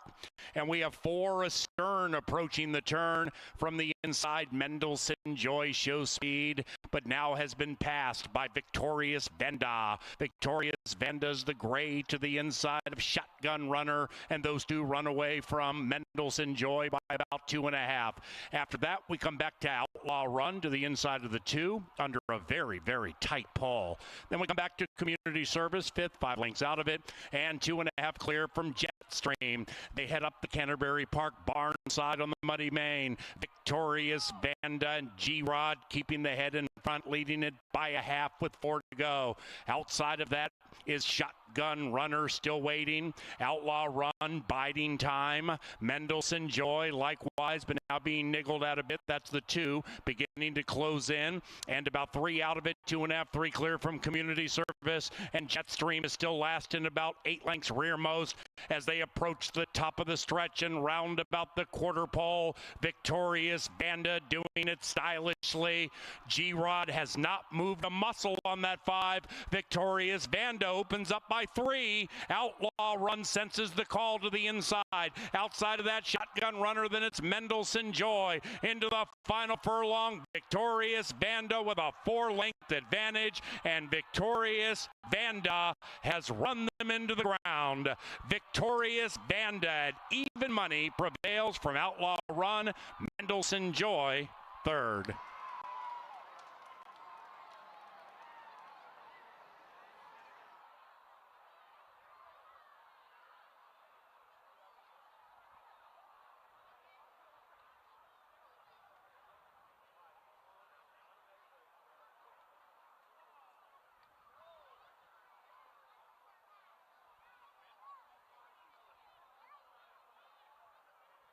Number 5, Victorious Vanda, first.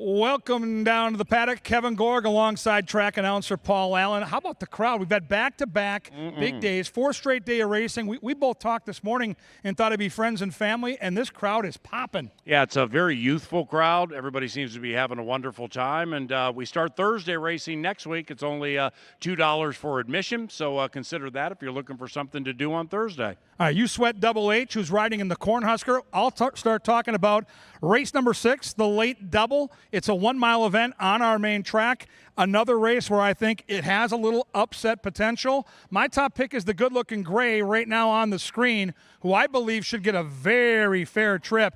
I think one of those horses that could either go to the front or sit just off. That is No Longer a Hobby. Angela Herman's top pick with me. Yeah, that one won the second week, or actually opening day at Canterbury, and has been a moneymaker ever since. Past the Cat, number 2, is my selection as they head into the paddock.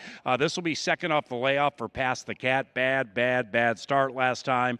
And Past the Cat has a good record on wet tracks. Going to need a little speed to back up in front of him, but I'm taking Past the Cat 5-1. I'll make a win bet. Redisseur is the 4, Lynn Rarick the conditioner. Decent Tampa form. Didn't pick up his feet last time. The only thing I can say that's interesting to me, PA, is 15-1 morning line, bet down to 7-1 in the early wagering, but on paper I don't see it. What do you think of Blame Bishop? Well, Leslie Mowing has booted home some long shots this season. This will be the 3rd time that he's ridden this horse this meeting, and Blame Bishop did improve last time. Again, another horse who's not afraid of a wet track. It's like, I'm certainly not, trying to be a jockey or a trainer here, but these horses sense when the surface is different than the one they're used to. Some buy into it, some don't. Blame Bishop has found a way to win 3 times on wet tracks, and our track's muddy. Last Martini to me makes an awful lot of sense. If you like Past the Cat, you're going to like Last Martini. They both have almost zero early speed, but they both always come with a big run. Look at how big and strong this horse is in the paddock. I expect Last Martini to be rolling down the grandstand side. What do you think of Side Street Dave? Also with Last Martini, Rodriguez is riding very confidently right now. Made an awesome, well-timed move on Victoria's Vanda. Never panicked while having that lead, and I think that elevates Last Martini. Kelsey's riding her tail off tonight too. There have been some that she's just ridden perfectly, but they gotten beaten at the wire. Side Street Dave is one who comes into this race looking for his first win on a wet track and his first win for the year. But he has made $116,000. This is a crafty veteran, KG. Yeah, he absolutely has a shot. He's got some versatility to his style. I think the 8's sneaky too. Jeff Madej and I were just talking about this horse. Chad Lindsay with speed is a thing for us in the press box. I like the impression the horse makes in the paddock. Grandpa Clippy down there helping saddle his guy, Chad Lindsay. Very sneaky horse. Yeah, Political Riot is very, very fast. Chad's a very good gate rider. And if you look at the last race on the turf, to get to that 112 for 3/4 of a mile, that's a pretty good clip for that level, that class level of horse. And the final time, 137 is not bad. So this one comes out of Sarge's Sermon's race, and Sarge has been running really well this season. I wouldn't be surprised if the 8 won at all. Yeah, I'm on the 1, the big gray inside. Who do you like, folks? It's late daily double time. We're back next week, Wednesday at 5, Thursday at 5, Saturday at 5, and Sunday, Pepsi Family Day at 1. And then it's the rodeo clip, and it's going to be awesome. And race 6 is coming up and coming at you next.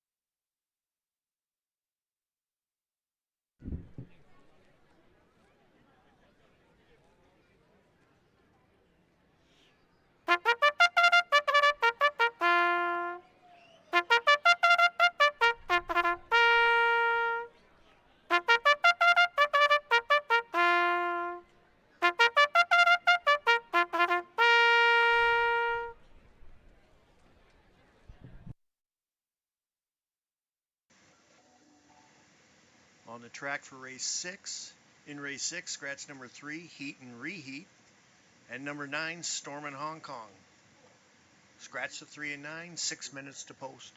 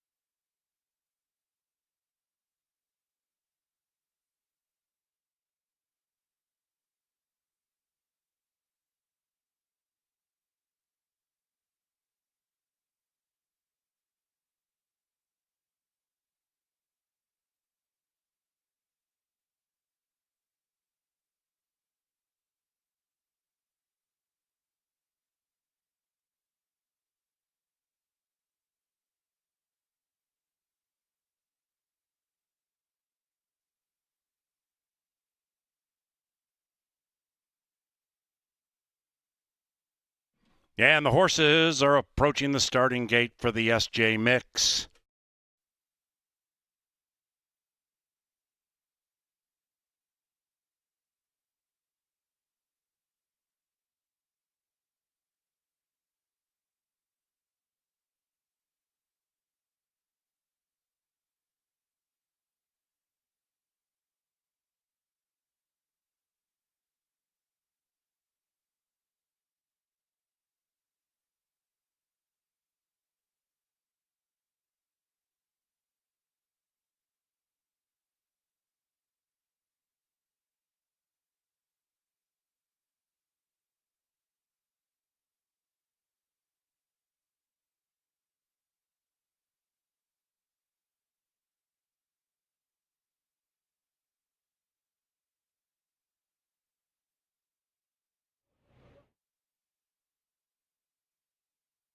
And they've reached the starting gate.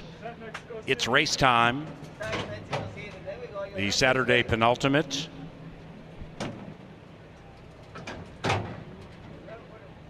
No longer a hobby. Heavily favored in the win wagering. Redisseur. Last Martini.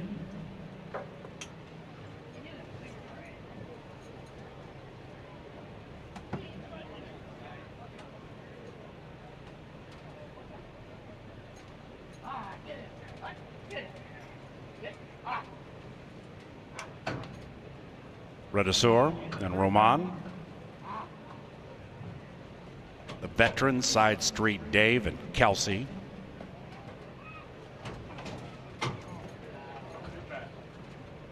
And the speedy Political Riot. And they come. And they're racing. Popped as one.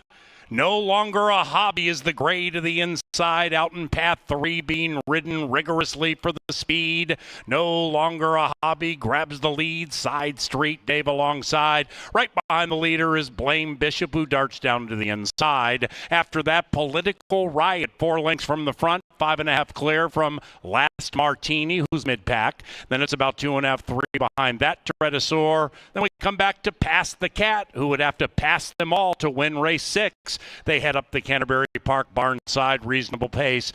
No longer a hobby, a half. Side Street Dave, 1.5. Political Riot, third, a half.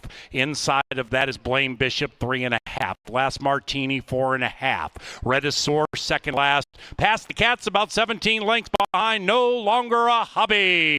And no longer a hobby at 1-2 is Loose on the lead. Side Street Dave and Political Riot going to take a chance to give him a run. Behind that, we have Blame Bishop. Outside of that, Last Martini's closing in. Then it's Redisseur spinning the hooves. Past the Cats running on from behind, but still with a tall order in front of him. They have a quarter of a mile to go. They're still chasing the gray. It is no longer a hobby, still spotless, cap to boot. Outside, Political Riot is a menacing presence. Even farther out, Last Martini. Here comes Past the Cat with a big charge on the outside. No longer a hobby. Between them, Political Riot. Past the Cat from last to first. Runs by them all.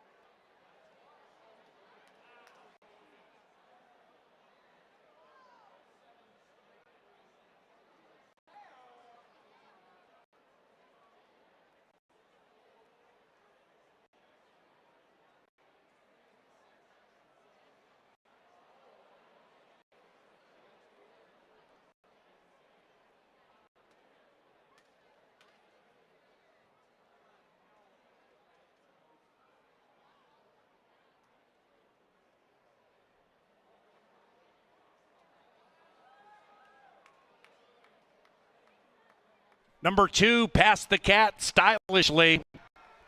2:8.61 in the penultimate, clocked in 140.79.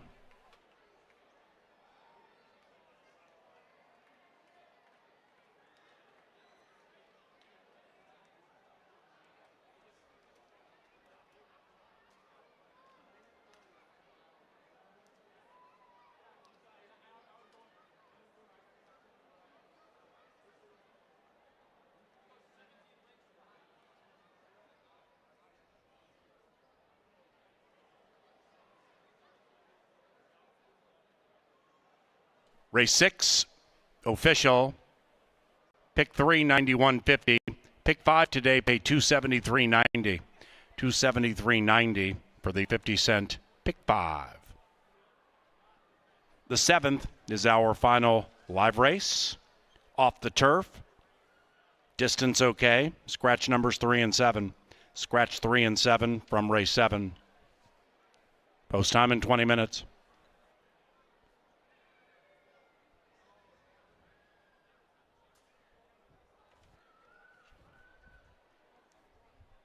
After a thrilling performance, into the winner's enclosure, Past the Cat and Victor Santiago. Vic Hansen is the winning owner with Bar VH Ranch, and Vic also is the winning trainer. Past the Cat is the 7-year-old bay son of Revolutionary out of Sabella, bred in Minnesota by Woodmere Farm.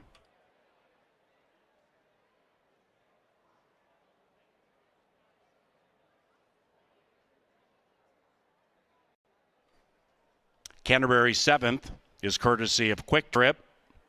Also, thank you by the yard. And post time about 8 o'clock.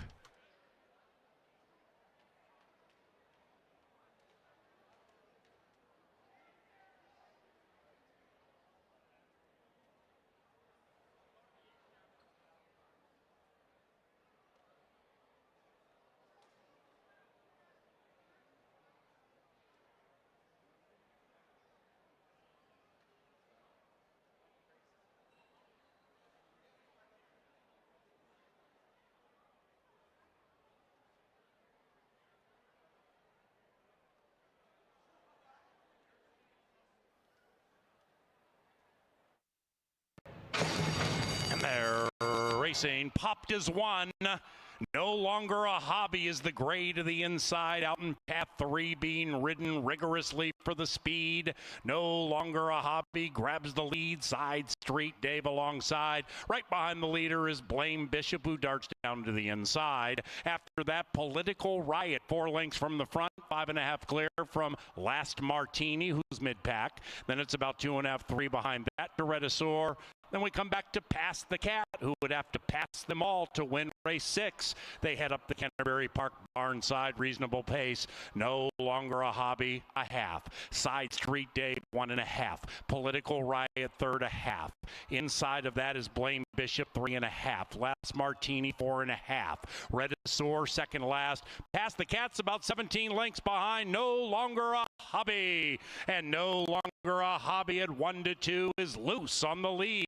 Side Street Dave and Political Riot going to take a chance to give him a run. Behind that, we have Blame Bishop. Outside of that, Last Martini's closing in. Then it's Redisor spinning the hooves.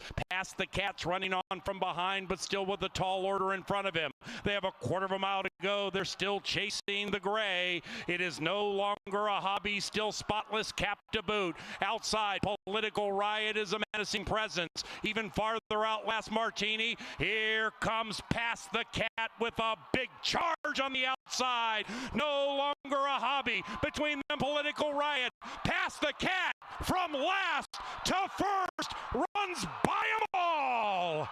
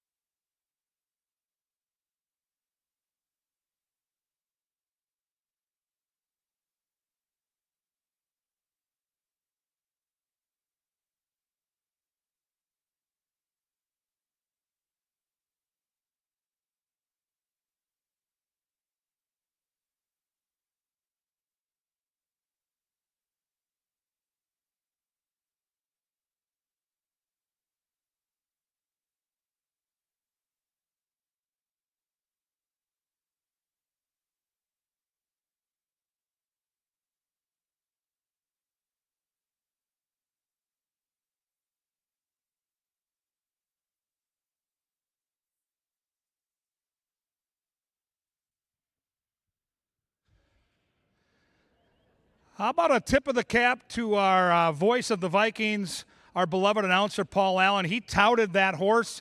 He bet that horse, and he gets paid handsomely.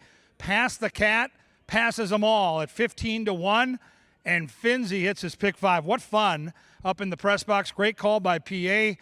And now we sail on to the lucky last. We come back and race Wednesday, Thursday, Saturday, Sunday next week, and then we have our rodeo break for 8 days. So let's soak it up while we can. Great cards next week. I just started handicapping those. Let's send you out a winner tonight. We'll start with number 1, Holiday Fantasy. I've got him second in my analysis. He's been right there in his last 2 efforts against similar competition. That bodes well for tonight because he draws the advantageous inside post. And, of course, his trainer, one of my favorites, that is Mr. Tony Rengsdorf. Next door, though, is one of my very favorite horses at the track, and this is Karen Offerman's North Arm Bay. Like Commissioner Oscar, who won earlier on the card, this is a versatile racehorse. He can run on the turf, he can run on the dirt, and he always seems to try. North Arm Bay, I just love the way he goes about his business. Eddie G, spectacular in the saddle. I see the odds. He's a bit of an outsider. His numbers are a cut below a few of these, but I do think on his best day he can get the job done, and I'm going to try him at 6-1. Number 4 is Tuco Bay. You talk about back class. This is a really cool horse. He's 10 years old, career start number 65, and Paul Allen made a really good point about his numbers on a wet track. 8 starts, 6 for 8 in the trifecta. So even though he didn't show anything last time out, there's potential here for sure. Number 5 is Irish Heat Wave. This one's trained by Jose Silva in from Arizona off a couple of bang-up races. A win and a second, one on the dirt, one on the turf. So again, a versatile racehorse who can run on either surface, and the 5 looks fabulous down here in the walking ring. Healthy coat, tail off the hind, good muscle, has energy, but on a warm summer night, not overexerting himself. I like the way Irish Heat Wave is behaving. 6 is Mr. Navigator. Mr. Navigator is Paul Allen's pick, and he's sitting on a nice one. De Silva for Jose Silva. Stalking speed, versatile racehorse. 5 wins on the turf in his career, 5 wins in the dirt in his career. He always seems to fire. He looks like one of the horses to beat, and yet he's another one that looks awesome in the walking ring. 8 is a big closer. Artie's Angel. No speed early, likes to come swamp them late. Big price on the board at 6-1. And up on the outside, it's Kids Inheritance, Carlo Lopez for Troy Bethke. So Troy Bethke has a couple nice ones here. I expect this horse to be in the mix early from that outside post. Probably going to have to go in the early stages. Who do you like? It's the lucky last. It's your last chance to make money on the live racing product until we gather again. We're back Wednesday at 5 o'clock. Right now, the horses head down the tunnel. We get ready for the bugler, and it's time to rock and roll. Good luck and enjoy race number 7.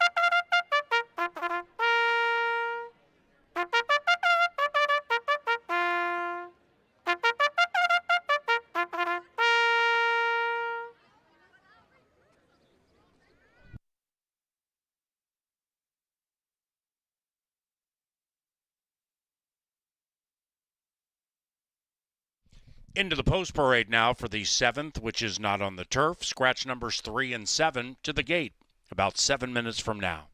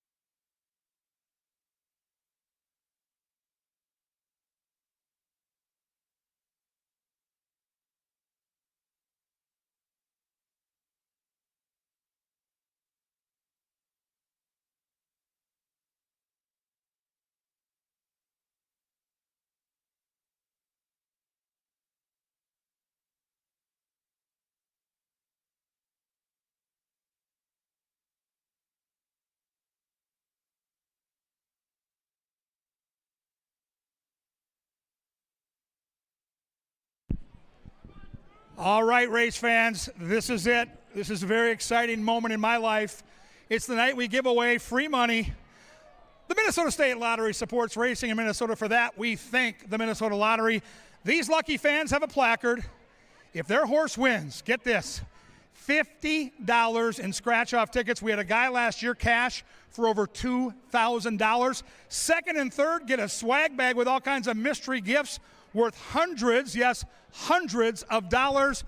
We meet the beautiful people one at a time. Name and where you're from. Bridget from Shakopee. Hometown girl from Shakopee, had her hometown track, just looking to get paid with that inside runner. Name and where you're from. Sammy from Eden Prairie. Eden Prairie, I think Eden Prairie, it's like Edina. That's tough country out there. You could use some winners from the lottery. Kathleen from Rochester. Rochester, hey, great place, 507 Newt's Burgers, second to none. You know that. Melanie from Dickinson, North Dakota. Dickinson, North Dakota. So are you a college hockey fan? No. Okay, then I won't upset Johnny the Mouse Mickelson. We won't talk about the Fighting Sioux, and we're going to move on. Jake from St. Cloud. St. Cloud, the Granite City, go Huskies, SCSU. All right. April from Shakopee. Shakopee, hometown girl. We always cheer for the hometown kids. We got Tom Cruise here. Sunglasses are on. He's looking good. All right, you got an outsider here. I'm Jake from Cottage Grove. You're not Jake from State Farm? Well, both. Yeah, if you ever wore khakis, you could be Jake from State Farm. Hey, give them a round of applause. The Minnesota State Lottery is giving them a chance for thousands of dollars. Thank you, State Lottery. Make your bets now and cheer along with your favorite race fan.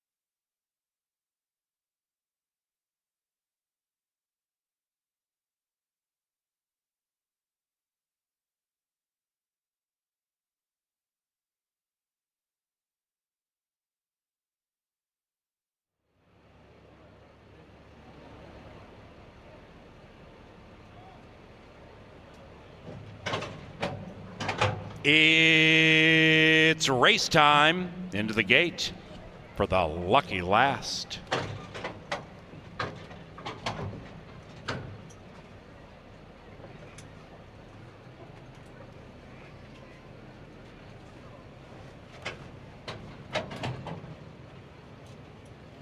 Kids Inheritance, last in line.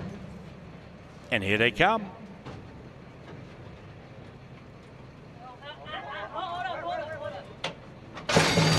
And they're racing.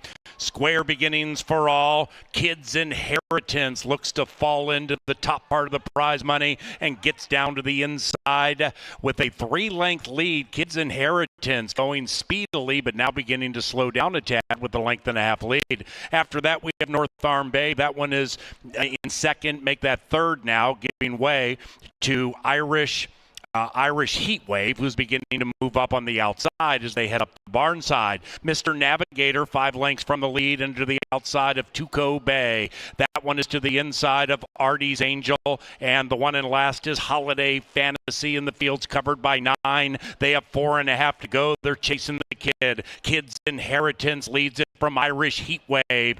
North Arm Bay getting a wonderful trip if good enough. 3 lengths from the front. Then it's Mr. Navigator to the outside of Tuco Bay. 2.5, 3 lengths behind that, Holiday Fantasy. And Artie's Angel is 9 lengths rearmost. And up goes Irish Heat Wave.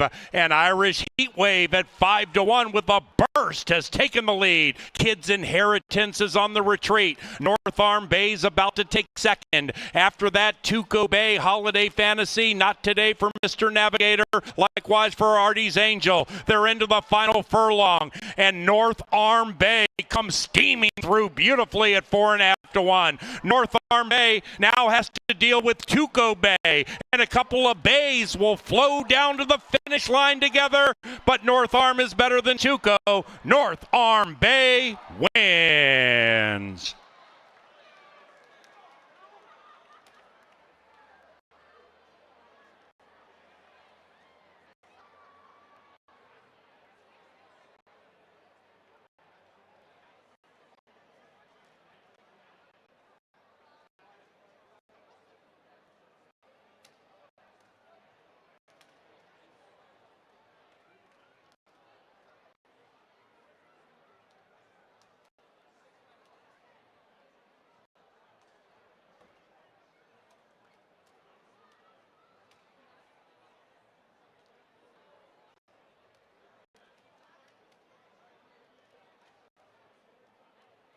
Number 2, North Arm Bay, ran first, 2-4-1, and a 4th place photo. 1:39.56 was the final time.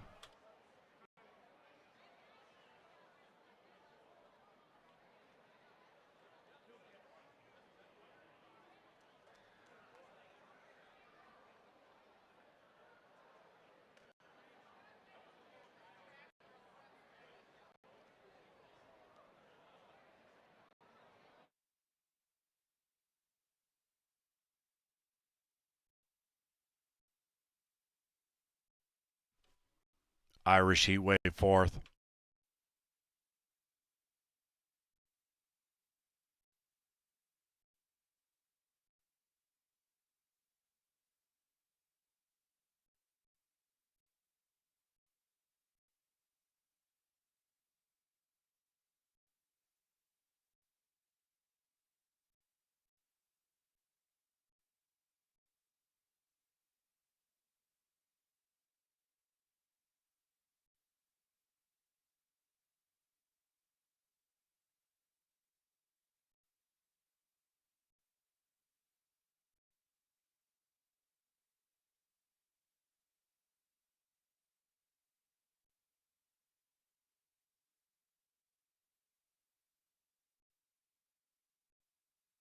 And into the winner's circle, North Arm Bay and Eduardo Gallardo. The winning trainer, Troy Bethke, and the winning owner, Canterbury Park, HOF to be Karen Offerman. North Arm Bay is a 6-year-old brown son of overanalyzed out of Promise Me More. Bred in Minnesota by Almar Farm. Ladies and gentlemen, live racing resumes at Canterbury next Wednesday at 5 o'clock. On behalf of our management team, those here in the Dark Star press box, and for our esteemed television department, whether you're watching and wagering from on track or across the Great Divide, thank you very much for your support. If you're leaving the racetrack, please drive safely.